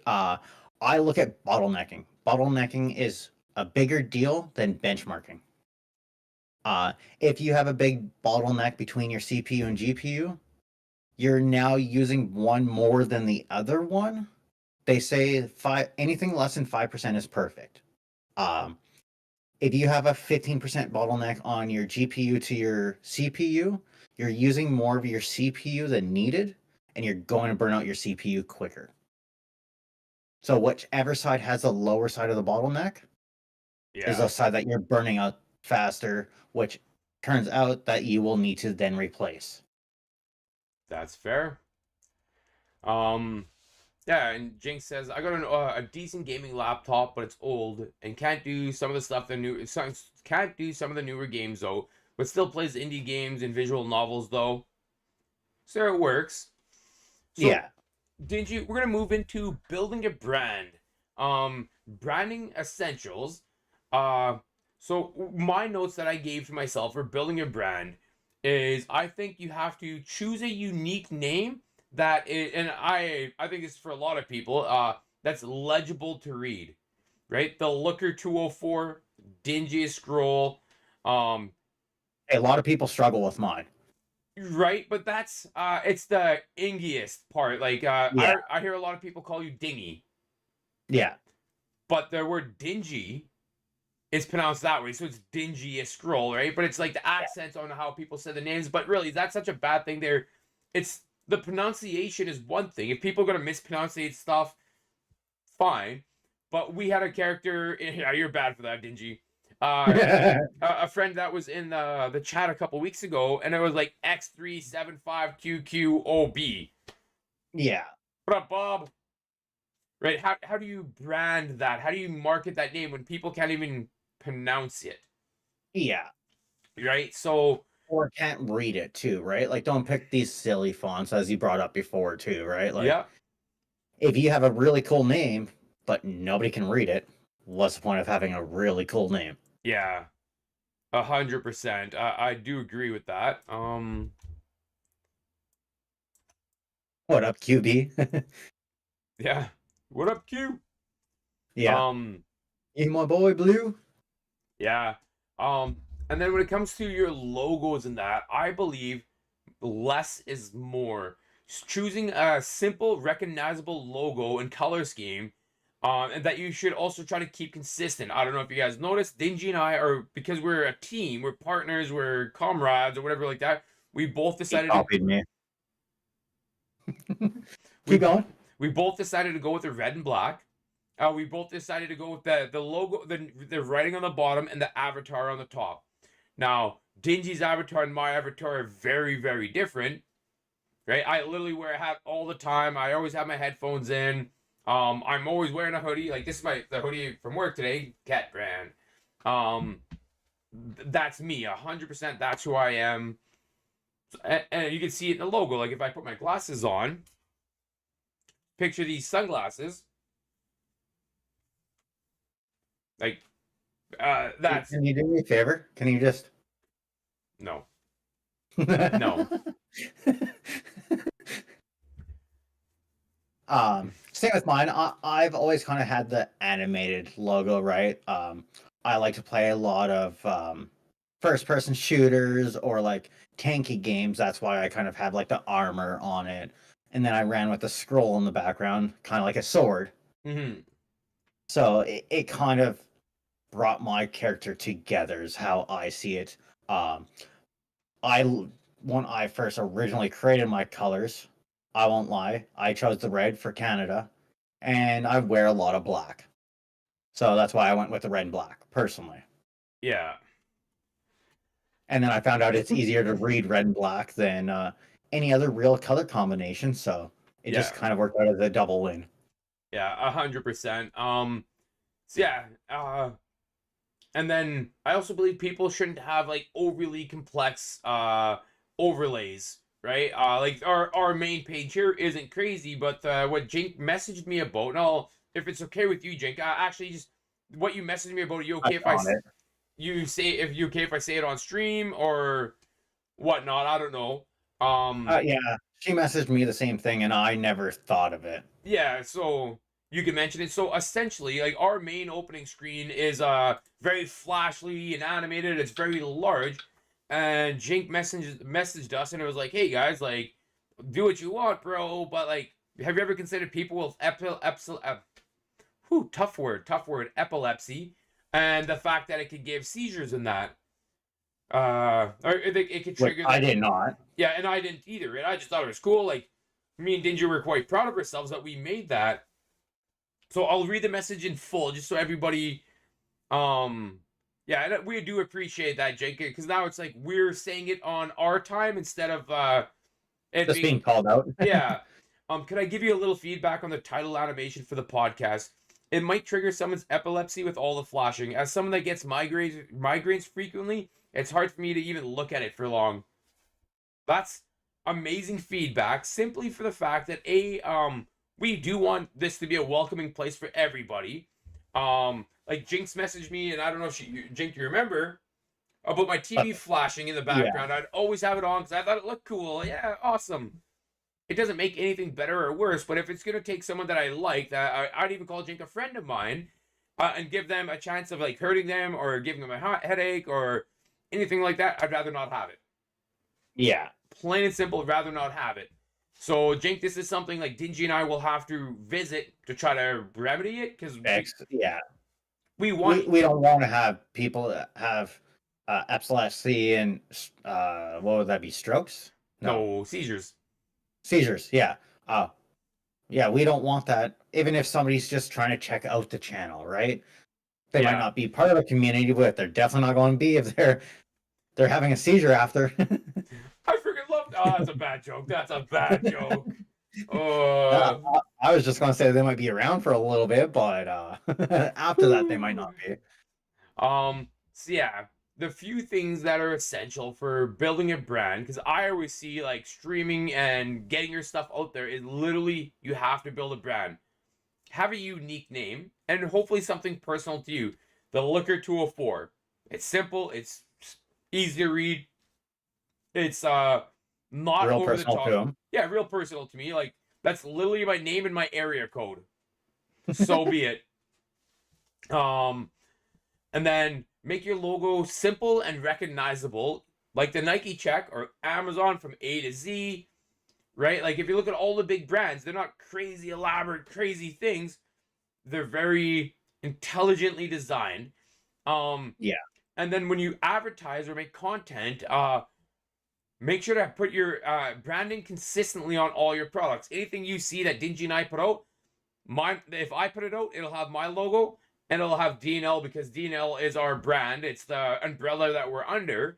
So it's always the Liquor 204 presents, D&L presents the Liquor 204's content, right? And if I put out content, I would do the same thing. Yeah. So yeah, so that gives us like branding power, right? So the power of let's catch up on chat, Dingy. Do you mind doing that? I gotta quickly run to the bathroom. Yeah, 100%, 100%. So Jinx says, for sure, my avatar is 10,000% me too. I'm a green octopus creature in a yellow robe. That's the real me. I doubt that. But it does really reflect, like, I can see it. Yeah, I can see it as well. I can't picture what you would look like without it, right? Jinx says, I solved my issues by strolling the stream up, so when I could just see when you guys in chat. Perfect. Yeah, the TV wasn't bad. It just had me hyper focused on the glow. Yeah, that's fair. I just want to make a custom song for mine, Ellie's opening scene, and then it could be used for YouTube openings. Yeah, 100%. My scene. Podcast song. When the lights go low, we're ready. I made that. I actually have them for my personal chat as well. So if you guys never come at the intro, it's in there. And then, Jake, I'm gonna come back to what you said though. What do you guys think about the new logo and overlay? So yeah, the logo with the 224, right? Like it's blue now.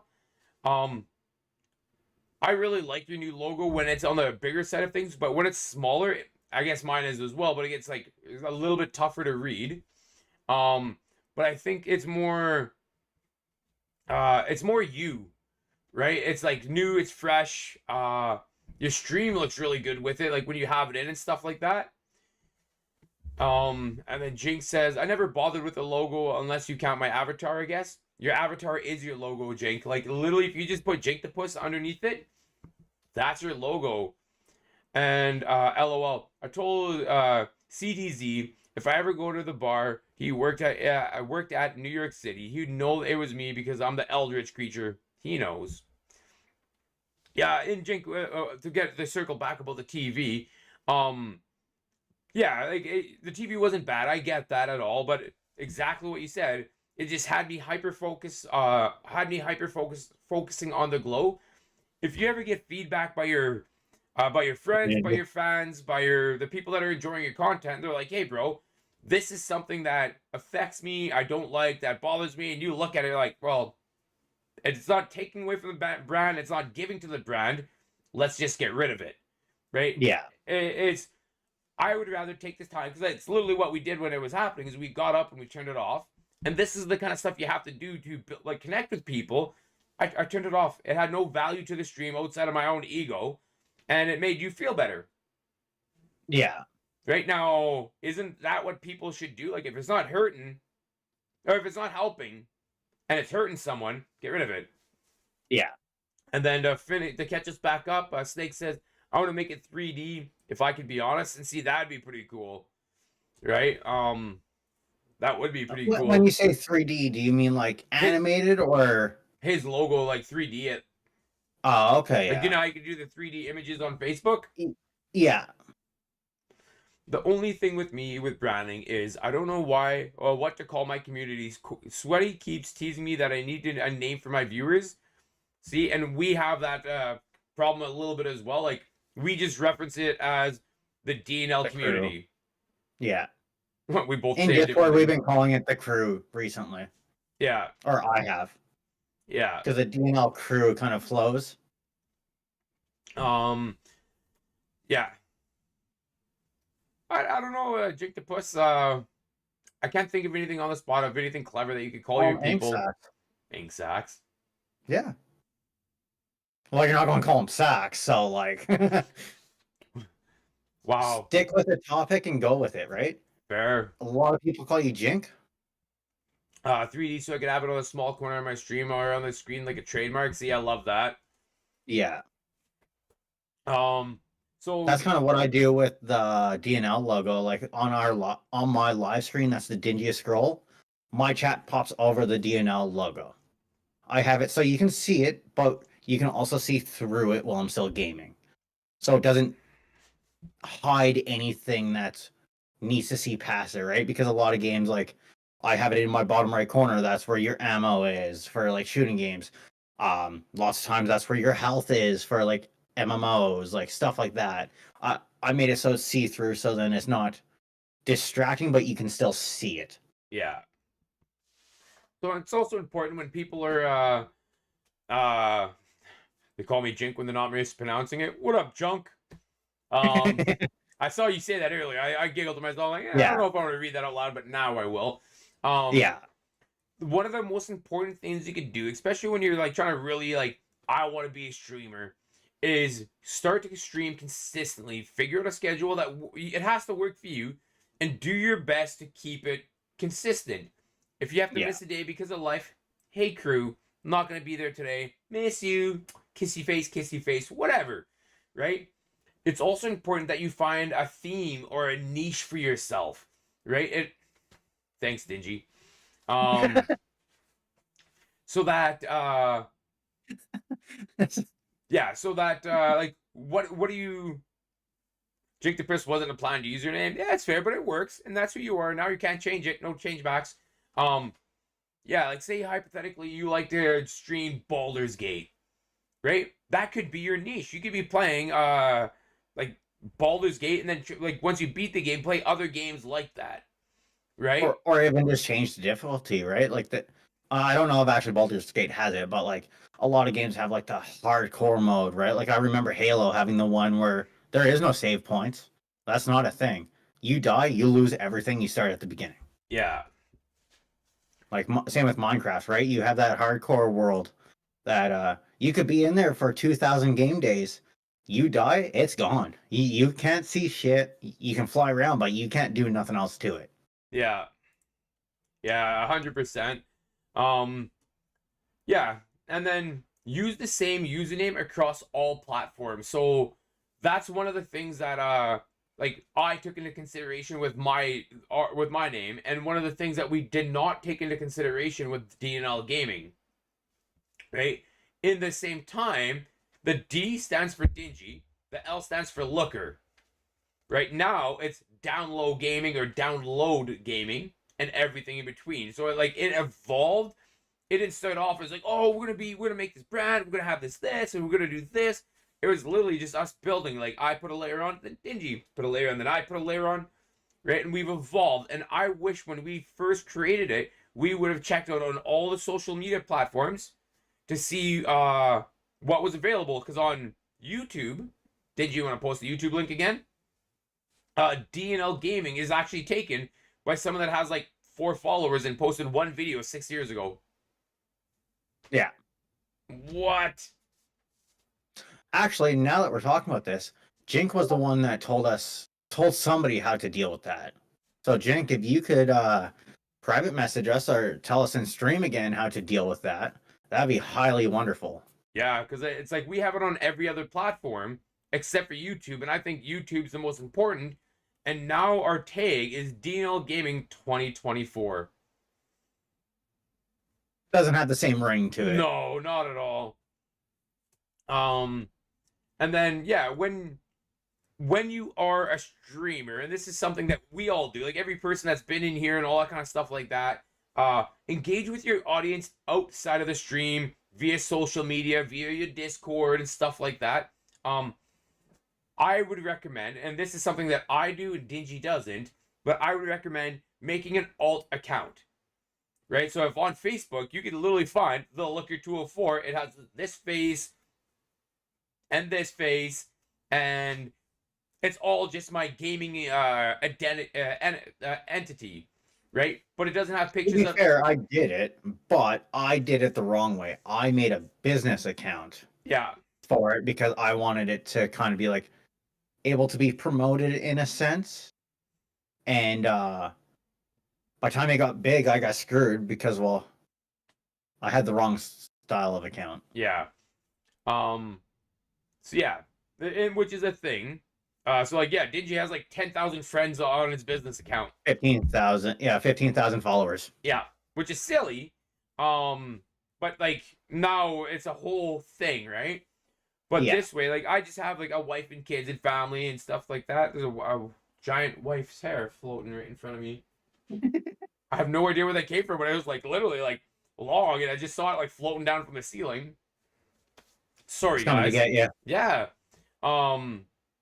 So this way, my personal life and my online life are separate. Even though sometimes you'll see my kids in the background and stuff like that, it's fine. But people aren't able to like stalk me, and Yeah. I don't think I'm important enough for people to ever want to do something like that. But there's people out there. I want my Yeah. personal life and my gaming life to be separated. I also like if Jink were to be like, hey Robert, could I add your personal account on Facebook so I could talk to you about a thing? Because I don't always check those messages as regular. Right? Yeah, not a problem. Jink, I trust you. I think you're a good person. I don't think you would do something weird. Right? So there are people that I've met through the gaming community, like Sweaty's another person that knows my real name, my personal stuff. They can literally like see my family in that, right? Yeah. Well, that's like Galaxy that comes around, and BC Diddy. I have both them on my real Facebook, and I have their real Facebook. Yeah, because you guys are friends. It's not just strangers on the internet more. Yeah. You've built relationships, but it started off as you protected yourself. Yeah. And you Oh grew, yeah. Yeah. right? So yeah, like I use the Looker 204 across all platforms, and that's the profile that I'll message people on. Hey bro, how's it going? Oh, great clip, man. Really cool. Hey, keep up the good work, whatever it might be. That's what I do it under. Right? Dingy, let's catch up on chat and then we'll move forward. So Jink said, I've been Jink for 20 years, but for some reason I couldn't get that name on Twitch. So I just extended it to Jinkopus as a joke because octopuses are my favorite animals. And 2 years later, it's now an octopus creature playing games. That's Understandable. I like how you extended it to something that you enjoyed, though. yeah. Um, and didn't just like what rhymes with Jink, or you know what I mean? Like put it in a random name generator, but it has to include this. Stinky I Jinky. like that. Yeah. Um, she said, I don't know about YouTube, but I know Twitch can grant people abandoned usernames. Maybe that's something we should look into, Looker, about YouTube. Yeah, that would be great. Yeah. Snake said, I want my name to just be Snaker, but it's been taken on everything. Fair enough. Yeah, Snaker would be a pretty common Yeah. name, I feel. Jinx said, keeping real life and online life separate is exactly why I use my PNG tuber. I was kind of the same way. I wanted to keep my real life different from my gaming life. Yeah. That's why I didn't use a camera. I also didn't personally have the self-confidence in using a camera. Nowadays, I will be honest, I don't mind using the camera, and I don't think I'll ever be famous enough to be crowded on the streets. Yeah. Like that Nick A30, he lives in the same city I live in. No, that's cool. I've seen him drive around, and I've actually seen people rush him, which I personally never want. That seems horrendous. Like I seen about 30 people rush him to get pictures with him. That's stupid. I don't ever want that. Let's be frank here. Yeah. If it came down to somebody seeing me in a store and went, "Hey, how's it doing? How's it going?" Like, I know you as Dingy as Scroll. Cool, that's great, but like getting rushed, no, that doesn't sound entertaining to me at all. Right. I think when it comes down to stuff like that, because I agree, like if a bunch of people, oh my god, I'd be like, what, right? I'm ready to throw, guys. Like, I think it's like some people just don't know how to be like cool. I'm a fan. I think you're a cool person. Yada yada yada. But and they're not respectful towards you about that, right? Like, so yeah, like I think a lot of that is respect. Yeah, Nobody would it's up like that. down to your followers. Yeah, Yeah. And then Jink says keeping real life and online life separate is exactly why I use a PNG I already read tuber. that. Very few online friends know my real name, and even fewer know what I look like. And I would have that issue. I never leave my house. That's likewise, unless you call me at work, and that's Yeah. different. I'm not allowed to leave my house right now, so Yeah. How did everybody come up with their well, we know Jink's story now, and Snake's. There's and actually we know everybody's streaming name and logo. So let's ask this question instead. What branding mistake have you made, or have you seen others make that you would advise for people not to make? One I would do is like my main display picture. It's very complicated. Yeah. In a small picture, it's very hard to read. Don't all overcomplicate things. Kind of have your name really defined, and then find something that you like that goes with it. The logo I use doesn't have like the second person glowing eyes in the background. It's Yeah, that's likewise. yeah, my picture is very easily readable outside of this one here. Yeah, pick something that's easily readable across the board. Yeah. Like I've seen a lot of people come in with the hardest names to say, and like their picture has nothing to do with their username. Like everything's just a mess.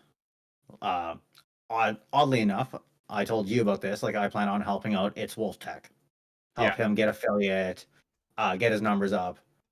His name was something so hard to say it wasn't even funny. Yeah. His picture was God knows what.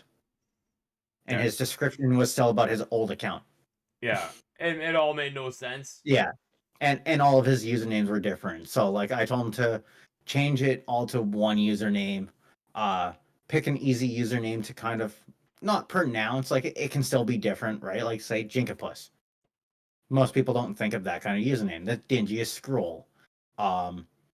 Pick one that's still not common, but don't pick one that nobody can pronounce.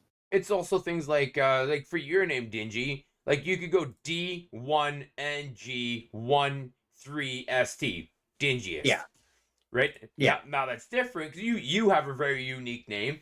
And Yeah. hypothetically, the name you want, like Snaker or Snaker or whatever like that, you can change the letters for numbers or whatever like that.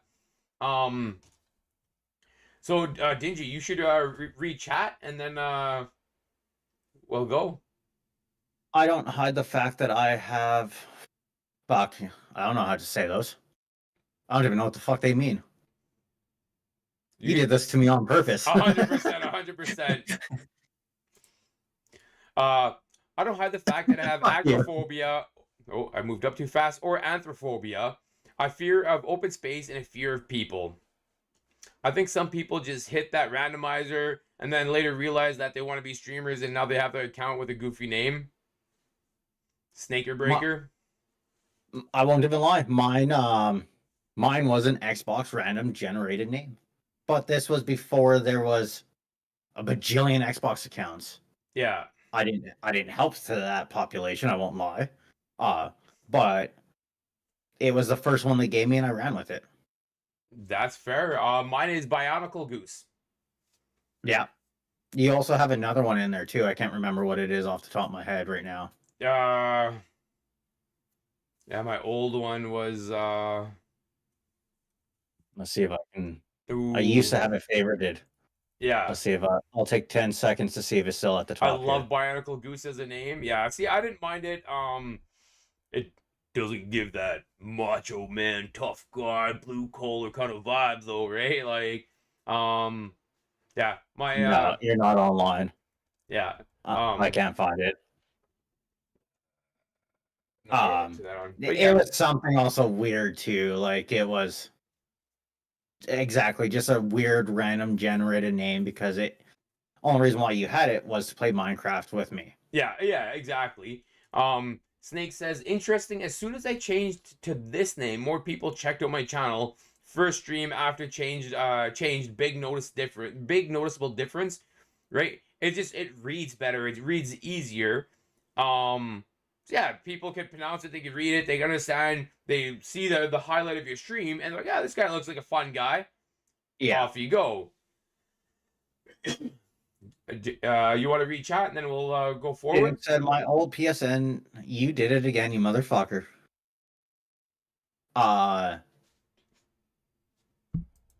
Fuck you. Not randomized, but I changed it a few months ago back to Jinkapus. Your turn. My old PS name was Cephalopod Stream, not randomized, but I changed it to back to Jinkapus. That was steampunk. Oh, that's what octopuses are. Okay. Yeah. Like I guess their technical name, not like what everybody knows them by. So, Dave, go ahead. Go ahead. No. What advice would you give to someone that's struggling to find their niche? I personally always say stream what you want to play, right? Because if you're sitting there streaming to one person, which a lot of people do, or 100 people, you have to still be engaged in the game, but still be able to engage in the stream. If you're sitting there bored, not enjoying what you're playing, you're going to become very bored of it. And then once again, it's going to feel like a job. You're not going to want to do it. Look at Ninja, right? He used to only play Fortnite, be that PG guy. Now you never see him play Fortnite, and you never see him be PG. Yeah. It's too much of a facade to keep up. And then you end up resenting streaming. You end up resenting playing that game. See, that's fair. So, although I do agree with you, I think that you should pick games intelligently, right? Like, if you have 3 games that you really like, say one's Call of Duty, and you're brand spanking new, one's Call of Duty, one, say, Resident Evil, and one is Super Mario Kart, right? The Call of Duty, that classification, that niche of game is so heavily saturated. It's really hard to get into. And then the Mario Kart option is really hard to figure out how to get that on stream, right? So the Resident Evil would be the good option because it has a cult following, but yet you still kind of enjoy it. It's still like on your top 3, right? Yeah. So like I personally try my absolute darndest to stay away from like the big popular stuff. I want to entertain. I want to have conversations. I want to joke and banter and mess around and stuff like that. I don't want to be stressed out playing a game that's super intense and ignoring my chat, right? Hopefully people see it as, hey, the Looker's a good guy. He's entertaining. I want to come check him out because I'm interested in what he has to say. Not like, man, that guy lost all of his hair playing that match, right? Yeah. Okay, so I'll catch us up. Yeah, I always tell people to always just follow, not to just Don't follow. always. Yeah. Yeah, don't always follow trends or try to do what's popular. I've never streamed a popular game, but I know how to network and make friends, and that Jink does. If you ever need networking advice or friends, definitely Jink's your person. Oh, Um, 100%. Mastery rank 20 on Warframe with a lot unlocked, so I've got that set up now. Digi, I'm Mr. 18. Master rank 18. Oh, I thought you said Mr. I was like, weird flex, bro. Not gonna be playing it at all the time. And then yeah, Snake, I have some friends that are tryhards, so only Ellie can join me on stream. Yeah. Yeah, you want raid suggestions for new streamers? I got you. And Yeah. out of I think 4 different people that have been a guest on the podcast have all been introduced to the D&LGaming community through Jake. So, Oh, 100%. so that is a fact. So, Dingy, do you think Yeah. having a catchphrase or a tagline for branding is important? Important? No. Is it your little niche in a sense? Yes. Right? People will recognize that. Like you, it's your hey, hey, hey, Hey, how goes my dude and dudettes? right? You even type that in people's streams, Yeah. right? I've seen it. The second I see hey, hey, hey, I instantly think of you. Yeah. So, like, is it absolutely needed? No, but it's a nice way to get people to think of you when they're not even watching you. Yeah. What about you? So, I don't think it's needed. I don't think it's super important, but exactly with what you said, it could be a way for people to recognize you, and it also could be like a fun thing to express yourself. Like I'm one of those people that I say good morning to every single person at work every single day, and then hey, be better than the day is what I always say. Like, hey, morning, man. Hey, morning, Rob. Hey, be better than the day, bud. Right? And then with streaming that, hey, how goes my dude and dudettes?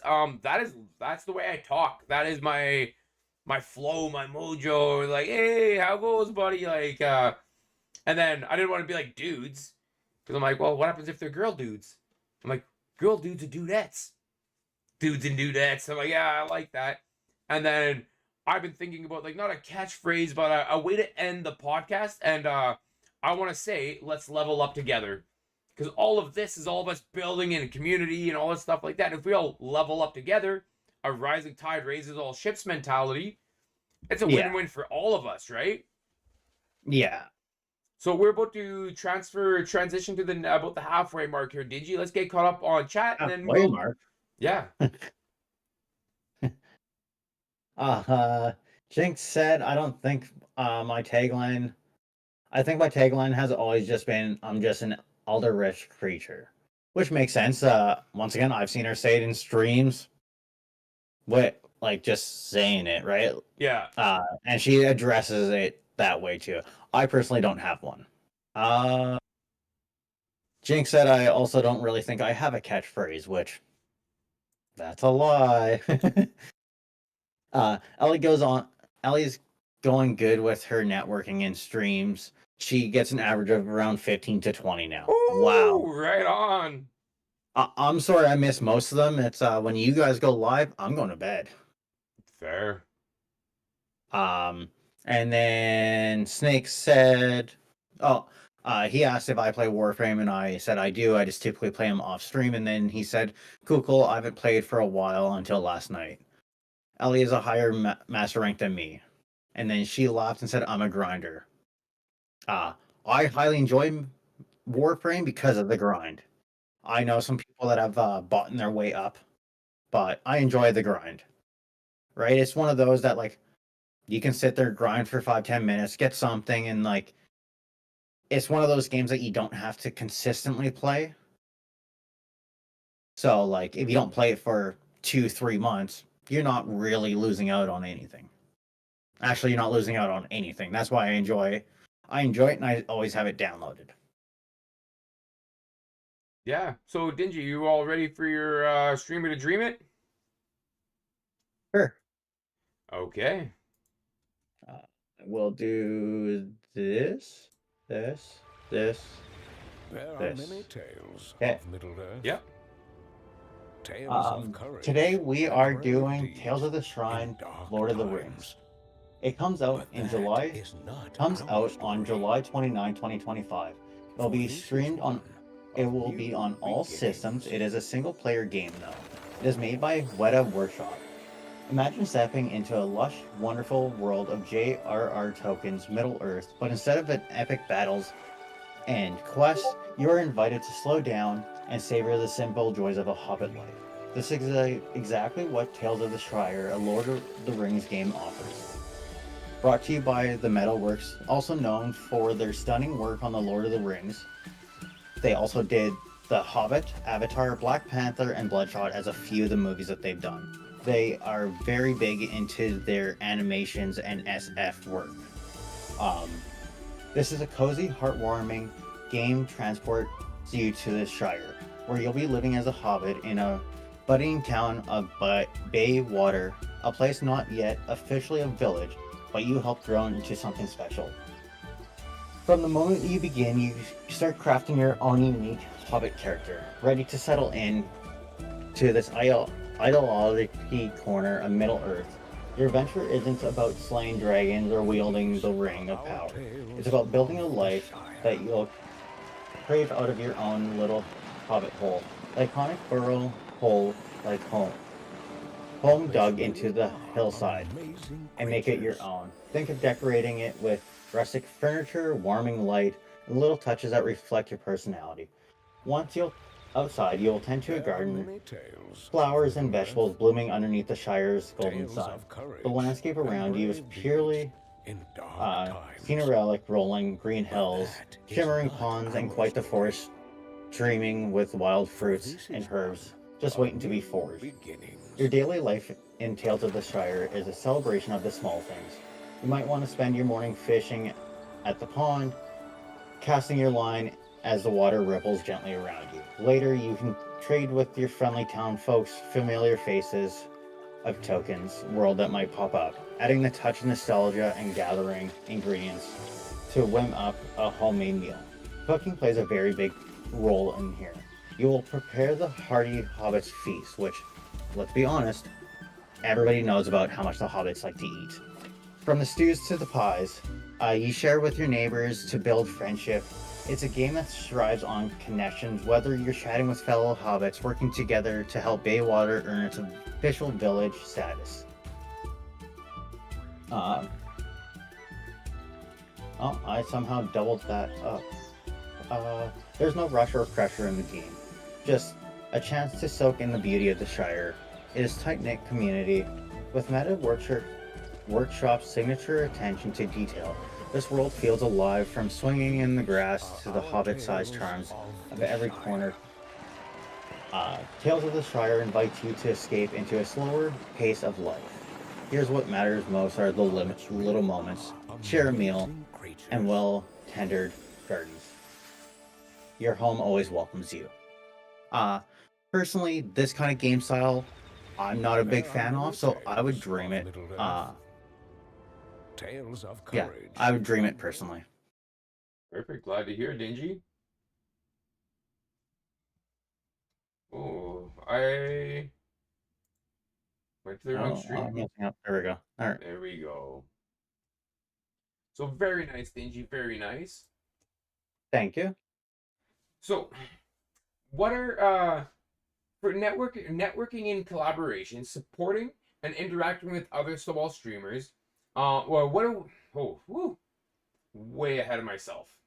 Sorry, guys. Welcome every new viewer. Things you can do to grow your community. When people come into your stream, especially when you're in a game and stuff like that, welcoming in new viewers to make them feel valued and acknowledged. You could ask them conversations, or ask them questions to spark conversation, and you could show appreciation when people do subs, follows, and different kinds of donations of that. But hey, thank you very much. I really appreciate it. Hey, welcome to the stream. First time chatter. I'm the Looker 204. These kind of little interactions make people feel valued and respected, and that their time has value, and that you appreciate the fact that they're there. I would think that would be a great tidbit of information that someone could use. Welcome in. Then then I asked, do they play games, or do they play the game I am playing? Exactly, right. And this way, you're trying to start off with, hey, do we have common ground on something that we both like? Right? While you're trying to network and collaborate, though, it's important to support and interact with other small streamers, participate in community events and charity streams and things like that. Jinx says, welcome people in and ask how they found me, and then ask if they play the same game. Exactly. So you guys are both seasoned vets here and know exactly what's going on. I mean, you're still learning as we go, right? I personally always welcome somebody in, and then like, oh, how did you find this stream? So then that way, I know if they searched me or see me on something, like see me on TikTok, to kind of know where to it's a personal way and a greedy way, but to know where to push more content. But then that way I'm also engaging with them. I'm not ignoring them. And it starts off the communications I feel proper, because then they feel wanted and welcomed into the community. Or if you kind of ignore them, or you're quick with your reply back and you don't take the time to be interested in them, personal with them, it doesn't give off what I'm trying to build in a community. Yeah.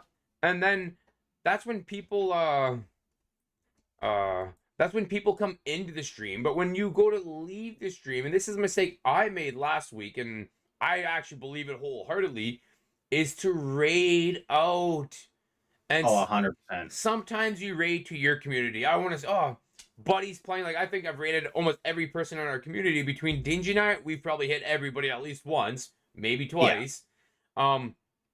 But at the end of your stream, look in your community for any other members of your community, whether it's Discord, Facebook, whatever, and show them the love. If those people aren't on, we will either literally try to find someone with like 3 or 4 viewers, someone small, and that's like chatting it up. That looks like they're having a good time and stuff like that. And we try to raid them, or, hey, Jink, you know somebody that we could raid? Right? Because we've met a lot of cool people through people that Jink suggested that we raid. Jink said, I try and raid people that I know are playing similar games, but sometimes I find someone playing the same game. I agree with that, Jink, but I personally try and keep it in the community, as the Looker said. Yeah. Because we are trying to build a community, support each other. You scratch my back, I scratch your back type deal. And then if there is nobody on that's in the community, then I will find somebody that's either playing the same game with me, same genre. Yeah. But I always try and vet them first to make sure like they're interacting with the stream. And a lot of times I will do that on stream. Yeah. So one thing I want to challenge you to the wording that you use on that, Dingy. It's not that I want to just simply support. Wait, how did you word that? About Scratch support? my back. Yeah, that I scratch your back, you scratch mine. I personally don't like that mentality of things. And because I know you're not like that either. Like we used to be the guys that streamed to one person or zero or two, and then with whatever, when somebody that we met through our community rated in with 5, we're like, holy crap, 7 people, bro. Right? It was good. It was fun. It made us like feel good. And it feels good to give someone that good energy as well, right? So, 100%. like, we don't have any mega streamers in our community. There's no one rocking 200 viewers. You're not getting rated by 1,000 plus. None of that stuff here. But like, I've dropped some 15s and 20s. I've dropped some 8s and 7s and 5s and 8s and whatever, right? And we try to show people that if we just support each other, right? I'm always in Snake streams. I try to always drop into Jinx. Well, I was actually gone when Jinx started, so I kind of felt like a bum. But we try to support a community without question. And we try to raid out to support them without question. Now, if someone's like, they never raid, it's like, really, bro? Really? You don't have to raid me, but you could raid the next guy. Yeah. Right? So I don't think you want to, like, the wording of scratch my back, I scratch yours. Yeah, that was bad wording. You're 100% Yeah, right. we want to lead by example of, like, good mojo that we should put out there as streamers. And if you're not in a community and you ever want to join one, raid someone else. Because you never know, hey, thanks, bro, great. What do you stream? What do you game? Oh, well, we're part of the D&LGaming community. Always looking for great streamers. Here, I'll drop you my Discord. Welcome in. Now you're part of a community, right? Like, there's so many more perks to raiding than the, 1 or 2 minutes it takes to do it? Yeah. So what would you say there's any, like, aside from rating as a way to network, is there any other tips that, and when it comes to networking, that you would say that have been, like, really effective for you? Going into people's streams and actually trying to make a connection with them, not just going in, hey, I'm live, come and join my stream. That's never going to work. Let's be honest here. But like going in, finding somebody that you, in a sense, connect with, as you like to say, high tides rises all ships. A rising tide raises all ships. There you go. And a lot of times, like, there's been a few people that I found that I go into their streams because I enjoy their content, I enjoy their community, and they'll come into mine, and then a few of their people will come into mine, so it's kind of become one big community in a sense. Yeah. I find, me personally, that's the biggest way I've networked. It's just going into random people's streams. I've been bad recently because I can't sit at the desk for long. Yeah. I go in, I talk for a few seconds, and then I drop the lurk, and I keep them open, but I'm not sitting there engaging in the community. Yeah. So I think that is an excellent way. And we actually met Snake, Ellie, Hellish, and the Mobbins and stuff like that from literally us getting raided by Mr. Mobbin. And then we met his community, and now his community's friends with my community, and my community's friends with his community, kind of thing, right? Like, we're all buddies now. Right? Because it's one of those things, like, not only did they raid us, they also stuck around, exactly what Jake is saying, they also stuck around after I raided you first. Oh, that was Snake's the one that raided me from the Mobbins. Or with the Mobbins. And that's how we met them, right? And and now we're actually buds. We chat, we support each other, we watch each other's content. If the multiple times, hey bro, like, how does this sound? How does this look? How does this feel? And we bounce ideas off each other, and that never would have happened without the power of the raid. Yeah. Right? I chose to raid Looker when he was playing Rust. My man, and see, I wish we played Rust still. Dingy's an anti-Rust bum. Oh, screw you. 100%. Says the man that's already deleted it. I still have it. No, you don't. 100%. You told me you deleted it. I said that because you didn't want to play with me. I still play it by myself. Well, we don't need to know that you play by yourself. Jake says the power of friendship. Right? Yeah. Making new friends. She did. Let's get kind of caught up here. Snake said, I've been telling everyone to start start by making friends. It's a good place to start. Jinx Agreed. said raiding your buddies is fine, but at some point your communities are all overlapped. You need to step out of your comfort zone and find new streamers to raid.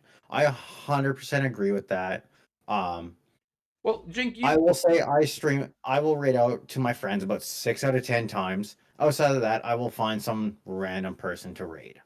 yeah. Because in that way it brings new communities together. Yeah, and for me, like Jink, you've been around us. You've known us for a long time now.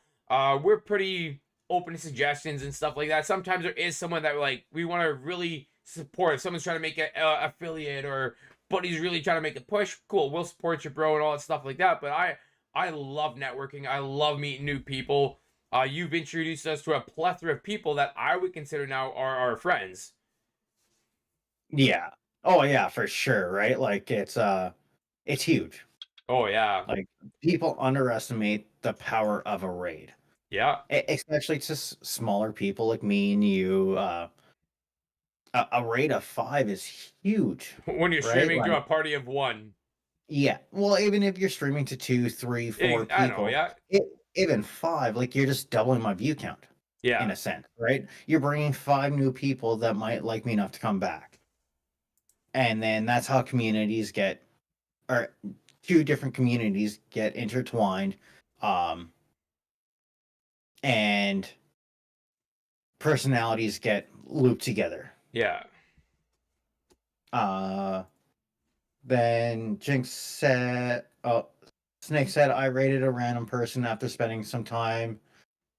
Oh, chat just went up. Sometime me and Ali got invited to his Discord larger channel to Ali find a few that way. Yeah. Oh, I assume found a few new people that way. Yeah. Jinx said to stick around for raids when the streamer raids out. You have a chance to meet new streamers. 100%. And that's not just when you raid out. That's when you're in somebody else's stream. When they raid out, totally start talking to the person, engage, because you might enjoy. Maybe you don't enjoy the game that they're playing, but you enjoy them as a person. Agreed. We already read those ones. Snake said when I rated the Looker, he said it was the biggest raid that he's ever gotten. I had the exact extra. I had gotten an extra numbers that day. Yeah. Yeah. It was by far. And then Jing said, yeah, for sure. Even if you're rating a bigger person, is still fine. Because you never know, the bigger communities might take an interest in you too. Yeah. I also find it depends on how big of community. Personally, I've rated a few like people that have had a few hundred viewers, and like they just kind of blew it off because it was a 3-person raid. Right? Yeah. It all comes down to the person you're raiding to. That's why I personally now will find somebody on stream to raid and then go in their chat and then take the advice from my chat to see if they want to go into it. There's one channel Ellie knows. He has over 100 views. He's welcomed all raiders, no matter what size. And he streams Ellie's Twitch channel on stream. That's pretty cool. Yeah. Yeah, and then Jinx says, I mean, I rated Hawka, and she has hundreds of viewers, but she's still happy to see my measly three viewer raid because I hung around and talked to her, and she likes having me around, right? But I think that's more the reflection of Hawka as a person, and same thing with the person you're talking about, Snake. It's a reflection of them. Like, hypothetically, I raid you with my whopping 3, 5, 7, pick a number, and you're like, yeah, bro. And it's too piddly for you? Yeah. I don't want to be part of your community. I don't want to be around that. Like I've rated Hawka twice now, Jink, in the past because of you. And she was like, hey, what are we guys talking about? Blah blah blah blah blah. And she literally like paused her momentum to say hi, thanks, how's it going? And then continued on. And I was like, yeah, that's pretty cool. Like you got a lot of people here and you're taking time to thank me for my measly 7 or whatever the number was. Yeah. It's a reflection of Hawka as a person and a streamer, not just whatever, right? Yeah. So, yeah, it definitely comes down to that too, right? Like it makes the streamer feel good when you're raiding out, like being on the side of the raid, or Yeah. raid on the raid out, I guess. Yeah. Uh, and like even if the streamer doesn't catch it, a lot of times with the bigger ones, like the mods will, or chatters will come in and be like, "Go W raid," Yeah. stuff like that. Which you're now you're now entering in that community. You're embracing it, and they're talking with you, right? Yeah. So, Looker with raid and party number. Welcome in raiders. How's your stream? Exactly. Exactly. Yeah, just acknowledging is huge. Yeah. And sometimes it's like you might have to like because you were talking about this a little while ago, but like you're in the middle of a super sweaty match. Yeah, You're right in the zone. Maybe your mods or your friends that are in your stream should be like, hey, this trust me, he's gonna be pumped. Yeah, He's gonna be pumped when he looks over for Yeah. this. You finish your moment. Oh, right? yeah, And then you can have that moment in that, right? So to kind of cycle back and our advice for people getting into stream and why people should stream, I think one of the big key things is a lot of people nowadays have a short-term mindset. They're looking at this, I'm gonna start today or work tomorrow. I'm gonna be popular by Friday and making it rich by next Monday. Realistically, that's not gonna happen, bro. Unless you know some magic that you should be teaching us, that's not. So let's play the long game mindset. One of my life rules when it comes to growing, grinding, building, anything like that, it's the 1% rule. If you put 100% into it, you're going to get 1% out of it. When you're installing something or building something, you do all the work, the business provides all the material, the customer gets all the finished product, but you get the thank you. Yeah. Right? And the pride of that work. That is literally 1% out of everything that went into it. You get a thank you and you get the pride of it. It's 1%. In streaming, if you do 100% of the work, you're grinding, you're hustling, and blah, blah, blah, blah, blah, and out of every 100 people that stumble through, one person becomes your friend and starts watching your content, that's amazing. Because this is not one of those things where you could just like, oh, I'm going to impress 1,000 people and they'll make sure to tune in every Wednesday. Nah. You should be super thankful for the people that come back regularly. Oh yeah. Should be super supportive of the people that put in the work with you and stuff like that. Because literally, if you do a year's worth of work, okay, you grind a year's worth of work and you get 1% of that number back, you made progress, man. That's uphill. That's a lot of work that you've accomplished, and that's amazing. Expecting anything more than that is unrealistic. But yeah. But hypothetically, you got 14%. You put 100% effort in, you got 14%.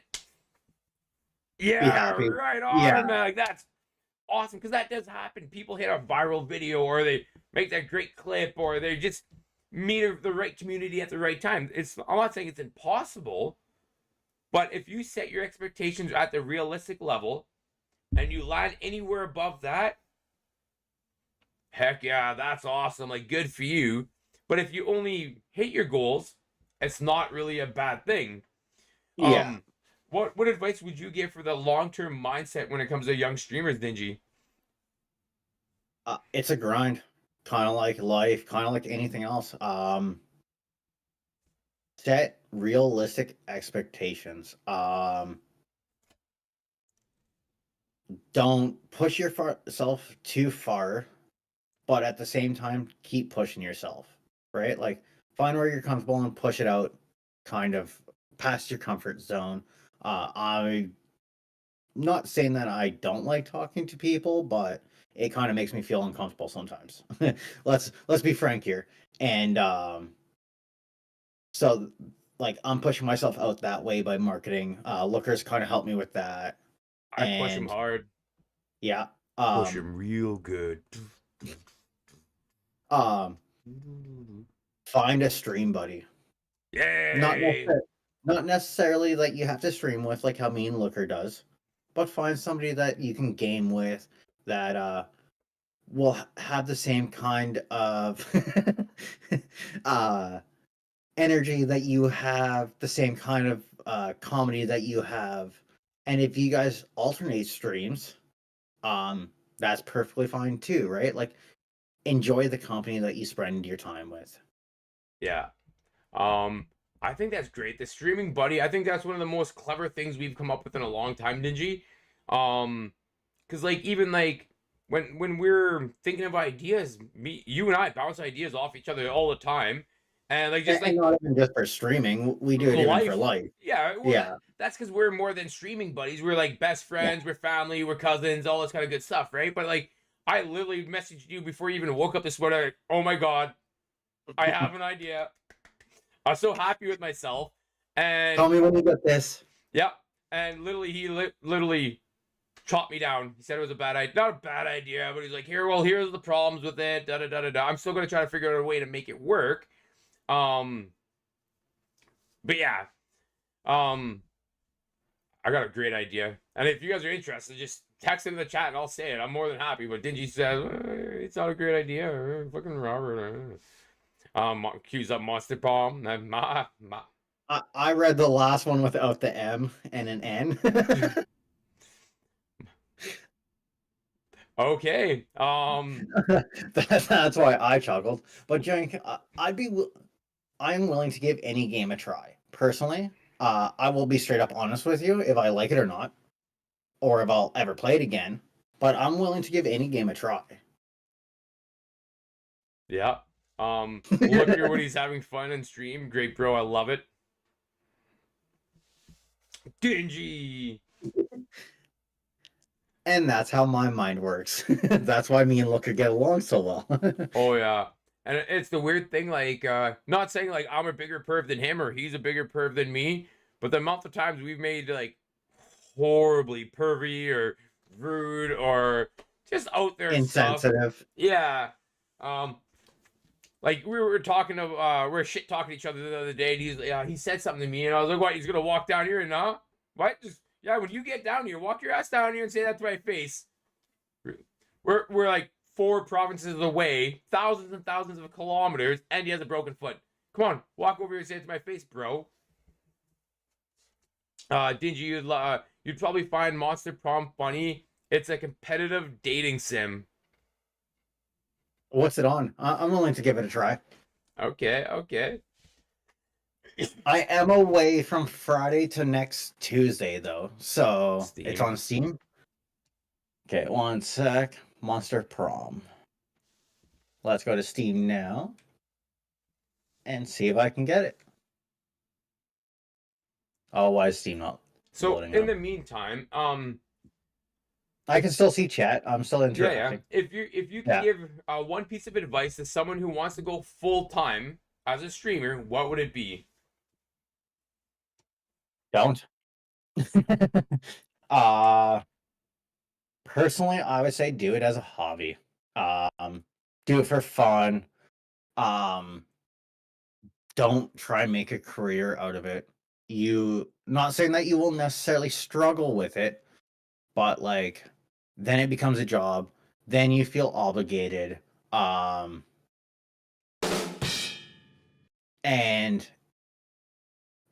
I know that will cause burnout personally. Well, hold on, I'm gonna What about? Well, yeah, you gotta read this one. Well, Ellie was gonna play a dildo shop simulator on stream, but it wasn't long enough. Oh wait, Dingy, there's a demo for Monster Con. It's part of the same series. Try it for free. Monster Con? Yeah.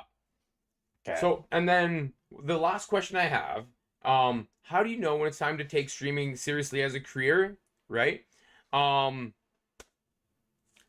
think it's one of two things. If you are making enough while streaming to cover the cost of your life, whatever that number is for you, if you could stream, make that amount, great. Now that's your career. If you don't have that, I would not recommend anybody to quit their day job, to miss work, or anything for such a small, short-sighted gamble. If you do want to be a full-time content creator and you're going to do this as a job, I would have it as a second job. My family comes first, this comes second. Right? The only time I've missed streams or the podcast was literally when I was away with my family. Yeah, and that's why I'm missing next Mondays. Yeah. So that being said, when would you know to go full time? When you can afford to? or you're big enough. And my Can I number, also act consistent in there? I think if you're having that conversation of do I make enough money as a streamer, you're consistent enough, or you're far enough down the line, right? Okay. I just kind of figured I'd add that in there, Yeah, but I agree with that. I agree with that. But if you're willing to quit your job and stuff like that over streaming, you're probably making enough to you've learned enough to know that, right? fair But enough.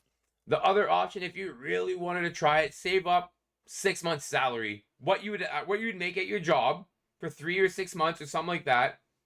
Give it a shot. Worst case that happens is you fail flat on your face and you go back to work. Best case scenario, you make it. But I would never quit my job to be a streamer unless I was already raking in a silly number from streaming. Yeah. Right? Because, like, hypothetically, you start rolling in, you're getting 50, 60, 100 subs a month. Awesome. And you had a full-time job. Now you could literally take that money to buy more games, upgrade your equipment, right? Treat your family to pizza on Friday, whatever it might be. Isn't that awesome? Yeah. Right? So let's catch us up on chat, and then we will wrap this up, Dingy. Okay. Where were we here? I watched Harvey and his wife play. I was rolling from their antics. Snake said, I read that "Oh, one. you already read that one." Yeah. There's a demo. Ellie said, "I won't play Love Motel on stream. LOL. It's different from the dildo one." Okay. Hopefully it's It's the same longer. concept, but convenient instead of the prom. Okay. I said that sound that played on my PC was it downloaded the demo, and then Jinx said treat streaming as like a side hustle. I 100% agree with that. Yeah. If you're considering making an if you're consistently making enough to pay rent, utilities, groceries, and have some left over for starting to save, then you're there. I can tell from one person I know that is partnered, who is very candid about it. Being a full-time streamer is hard on a person. I 100% agree on that. Yeah. It's too unpredictable. Yeah. The podcast, I've always wanted to try something like that. Maybe you could come on as a guest sometime. Shoot me a DM. And yeah, your channel is awesome. I love watching it, bro. Thank you very much. It's the fruit of Dingy and I's labor. If you're in the Discord, drop either me or Looker a message. We will then make a group chat with all of us. Yeah, 100%. And then we will, talk about you possibly coming on, or if you're trying to make one, we could even possibly help you make one. Yeah, we had a lot of trials and errors. If you ever go to our YouTube and take a look at our old content, we've come a long ways with everything. So yeah, Dingy, could you throw hold on, I'll just throw my link tree in, and then we will count down the final intro and we will go from there. Well, I'm not even on it. So just saying, just for it, well, I would love it a lot, bro. I'll hit the Discord, yeah, for sure. Need raid suggestions? We might, yes. Yes, I've already looked. There's nobody on the Facebook or Discord yet. Perfect. Okay. So yeah, here's the link tree. So just throwing it out there, guys. My idea that I had is that I was thinking or considering do a post show or a pre-show of the D&LGaming podcast. I was actually trying to set it up ahead of time. A second camera on a stick, not a stick, but like a tripod, and we would set it up on the side so that you could watch the ins and outs on how we actually set up the podcast, what the layout's like, the kind of things that we do, and then people can make suggestions for what's going to come up in the episode, hints, highlights, or whatever like that. Keep going, yeah, so I saw Jink respond. Yeah. So yeah, it would be half an hour before, because that's when we sign up, before we actually raid. Oh yeah, I'll finish that for the very end. Dingy, do you have any final words? Well, as we kind of say, always be authentic to who you are. It's hard to keep up a facade. dream within your means. Dream right? within reality. Ooh. Yeah. Dream within reality, dream within your means. Let's be honest, you're not going to start streaming and the next day be the next big 0.01%. It is a grind to get up to bigger numbers and keep up. Wow,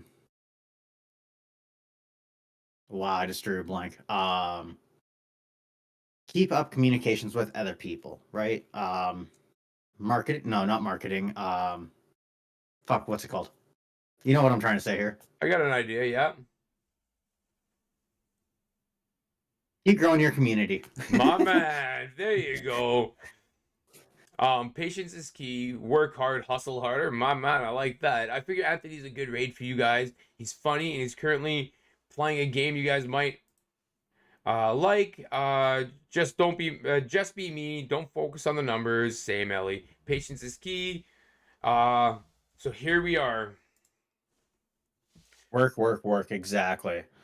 Yeah. Well, that's a wrap on this episode of D&L Gaming and everything in between. If you are serious about becoming a streamer, remember, patience, consistency, and creativity. That will take you further than any fancy equipment ever will. And hey, don't forget to follow us on YouTube, Facebook, Spotify, or wherever you get your content. We definitely don't want you to hit that follow button. Leave a review or join us on Discord. Until next time, let's level up together. So, closing scene. That's for editing purposes later, guys. We will, and for everybody that's in the stream, don't forget to put apostrophe ticket 1 or 5 or whoever that. You guys should have a bunch by now. And then you'll be entered into the draw for the game Speedo Llama. We have the host of, the creator of the game Speedo Llama, the developer. He's going to be coming around for, thank you for that, Jink. There we go. Yeah, March 17th, we have a developer, an indie game developer that's going to be a guest on the podcast. So it's going to be awesome. And yeah, I'm going to get my stuff ready to raid out. Every Wednesday. Yeah, every Wednesday from here until then, we will be playing it. So that's going to be super awesome. And I don't think. I think Looker might, though. What's that? Need the name again? I copied it. Oh, did you? Okay. Yeah, I'm literally just pulling up my channel right now. Ooh, who's that handsome? Oh, that's me. Sorry, guys. Creator dashboard. There we go. I never know why I don't have that pulled up already. I never do. I literally just type it into chat. There we go. So, guys, I want to say thank you for being here. I really appreciate it, guys. It's awesome to have you guys here. So, yeah, thank you very much. And we're going to raid Anthony CSN. Yeah. Perfect. Here we are. Remember, guys, when you get in there, we're going in with big energy and the raid emotes. 3, 2, 1. Did you just count down to when you were about to click the button, not to when you rated out? Yeah. Okay. Just checking. You did too, right? I did. You rated out? No. Okay. Okay, yeah, we're on the same page. We made the same mistake. Yeah. Okay, ready? 3, 2, 1. Raid now. Hey, we are professional streamers, Jink.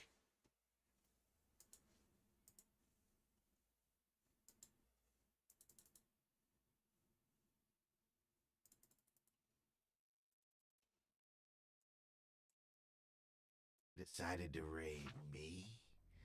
You decided to raid me at a moment like this, during the darkest chapter of my day and my life. You think that this is okay? You come in here right now, you come in here raid me, thinking I'm gonna be happy that there's more people to witness this absolute travesty of bullshit? Yeah, thank you. No, I appreciate it. Hey, welcome to the stream. Thank you so much for coming in, Looker and Scroll. I appreciate it, guys. Welcome to the stream. Welcome to this. This is me beating my head against the wall. Have you played Delta Force? the new game. Have you? Because this is the multiplayer of Delta Force is pretty good. This is the campaign that they released.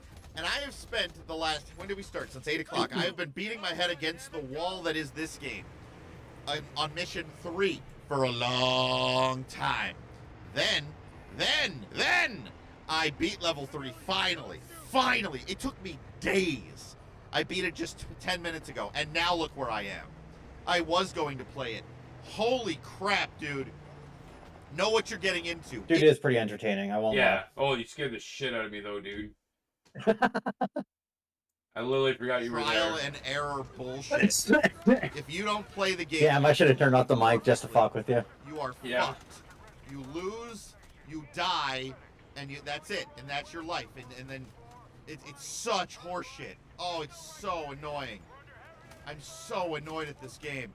But I'm not annoyed at you. Thanks for the raid. Fuck you! Oh! It's over. That was it. That was the run. Why? Because one person shot a civilian. Mission's over. Yeah, I'll be right back. I need to smoke Fucking gas, God. dude. We have tried this like Yeah, 9 I'm in for times that. now. I'm going to check it out now, though. Oh, if you want to rage, you want to have fun, you want to go on your stream, you want to yell and be silly. I know I'm trying to make this entertaining, but I am seething. Because I'm working on a YouTube video. I'm trying to write down all my notes about the fucking game. And I have so much written about... Here, I'll be cartoon this time. But let's change it up a little bit.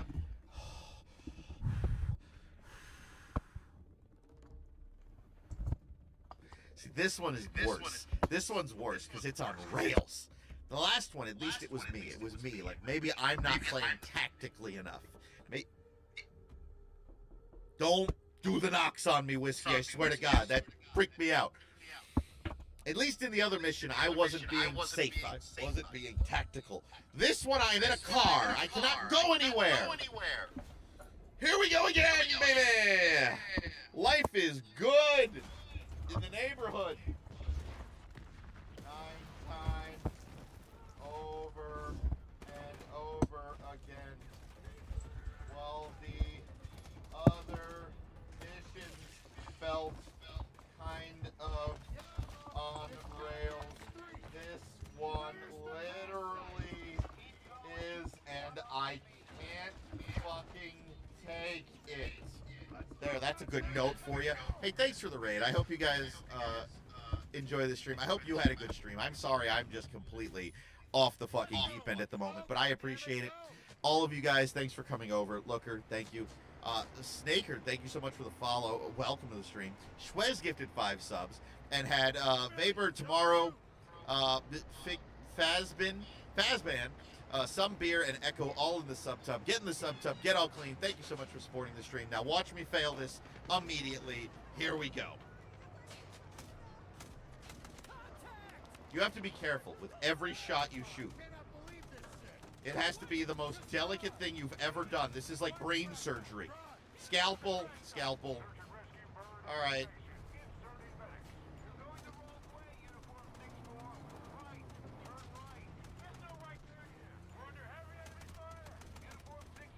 Scalpel, scalpel. This is literally rocket surgery. Oh!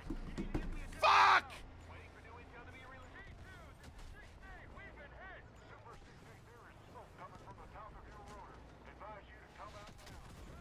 And I'm dead.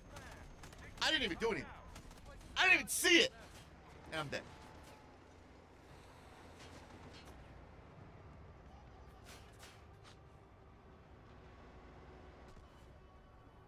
RPG on the right. Medic, stay on the gas.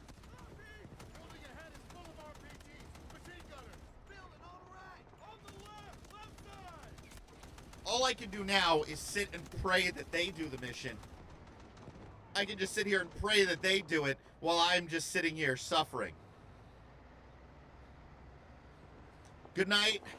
Jared, thank you so much for being here. Have a good night. I'll see you on the next one. Take care. Be good. And how much longer until the roll of tape comes out? Oh my God. Again, this especially with the civilians now. Especially with the civilians, it's all about It's all about learning exactly where they are. That was their damn fault for looking out the window when they hear gunfire. Seriously, get inside and shut the fuck up. Don't sit. One more time. One more, and I am done. I am so done. I am so done.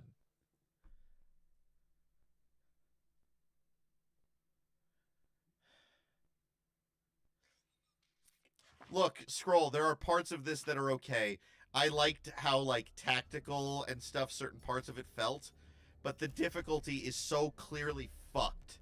It's so clearly fucked in certain aspects that it's just not okay. Oh, way more crazy than our stream was. What were you doing? You guys relaxing, having a good time? I like good times. What were you playing? Maybe I could have a good time after this. Maybe I should. Maybe we should play a round of something I enjoy. Oh, just a live podcast. That sounds like a great time. Chatting with friends, hanging out, having a good time. This goddamn street. Oh. Where's the crash site? Let's go. Oh, goddammit, go.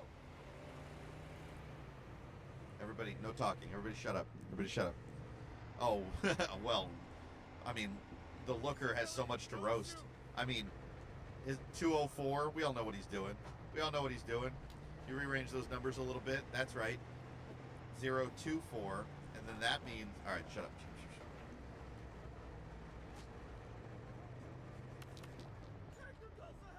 Oh, I cannot believe this shit. Joey, wait. Just drive. Damn it. Just find the crash site. Drive. Where's the crash site? Search and rescue further on station. Inserting medics. You're going the wrong way, Uniform 6-4. Right. Turn right. There's no right turn here. We're under heavy enemy fire. Uniform 6-4. You need to find a right turn. Militia's blocking the road. We can't turn right. You need to give me a different route. Waiting for new intel to be... G2, this is 6-8. We've been hit. Super 6-8, there is smoke coming from the south of your rotor. Advise you to come out now. Roger, drop a last man. 6-8 coming out. This place is a goddamn mess.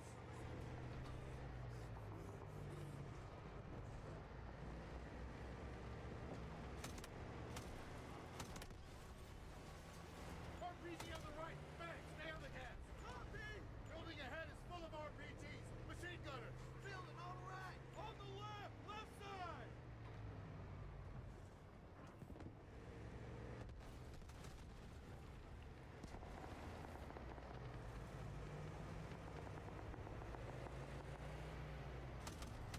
Contact! They're all over me! Uniform 6-4, turn right. Right turn, quick! Civilians, don't shoot!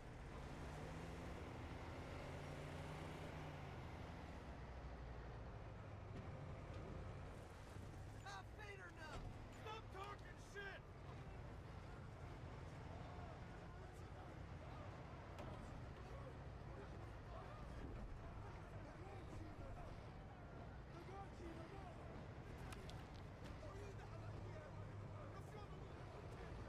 Uniform 6-4, what is your situation? Romeo 6-4, I think the route is wrong. We're getting further away. Which way now?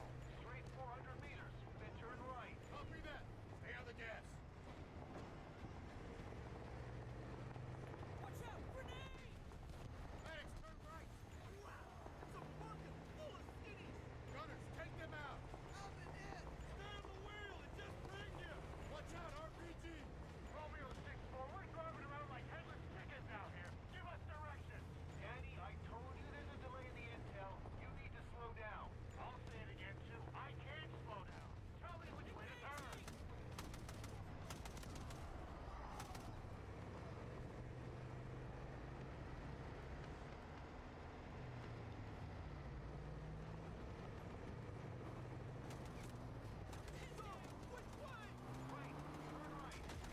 Yo. Oh, where'd my headphones go? Welcome back. Welcome back. Yeah. You're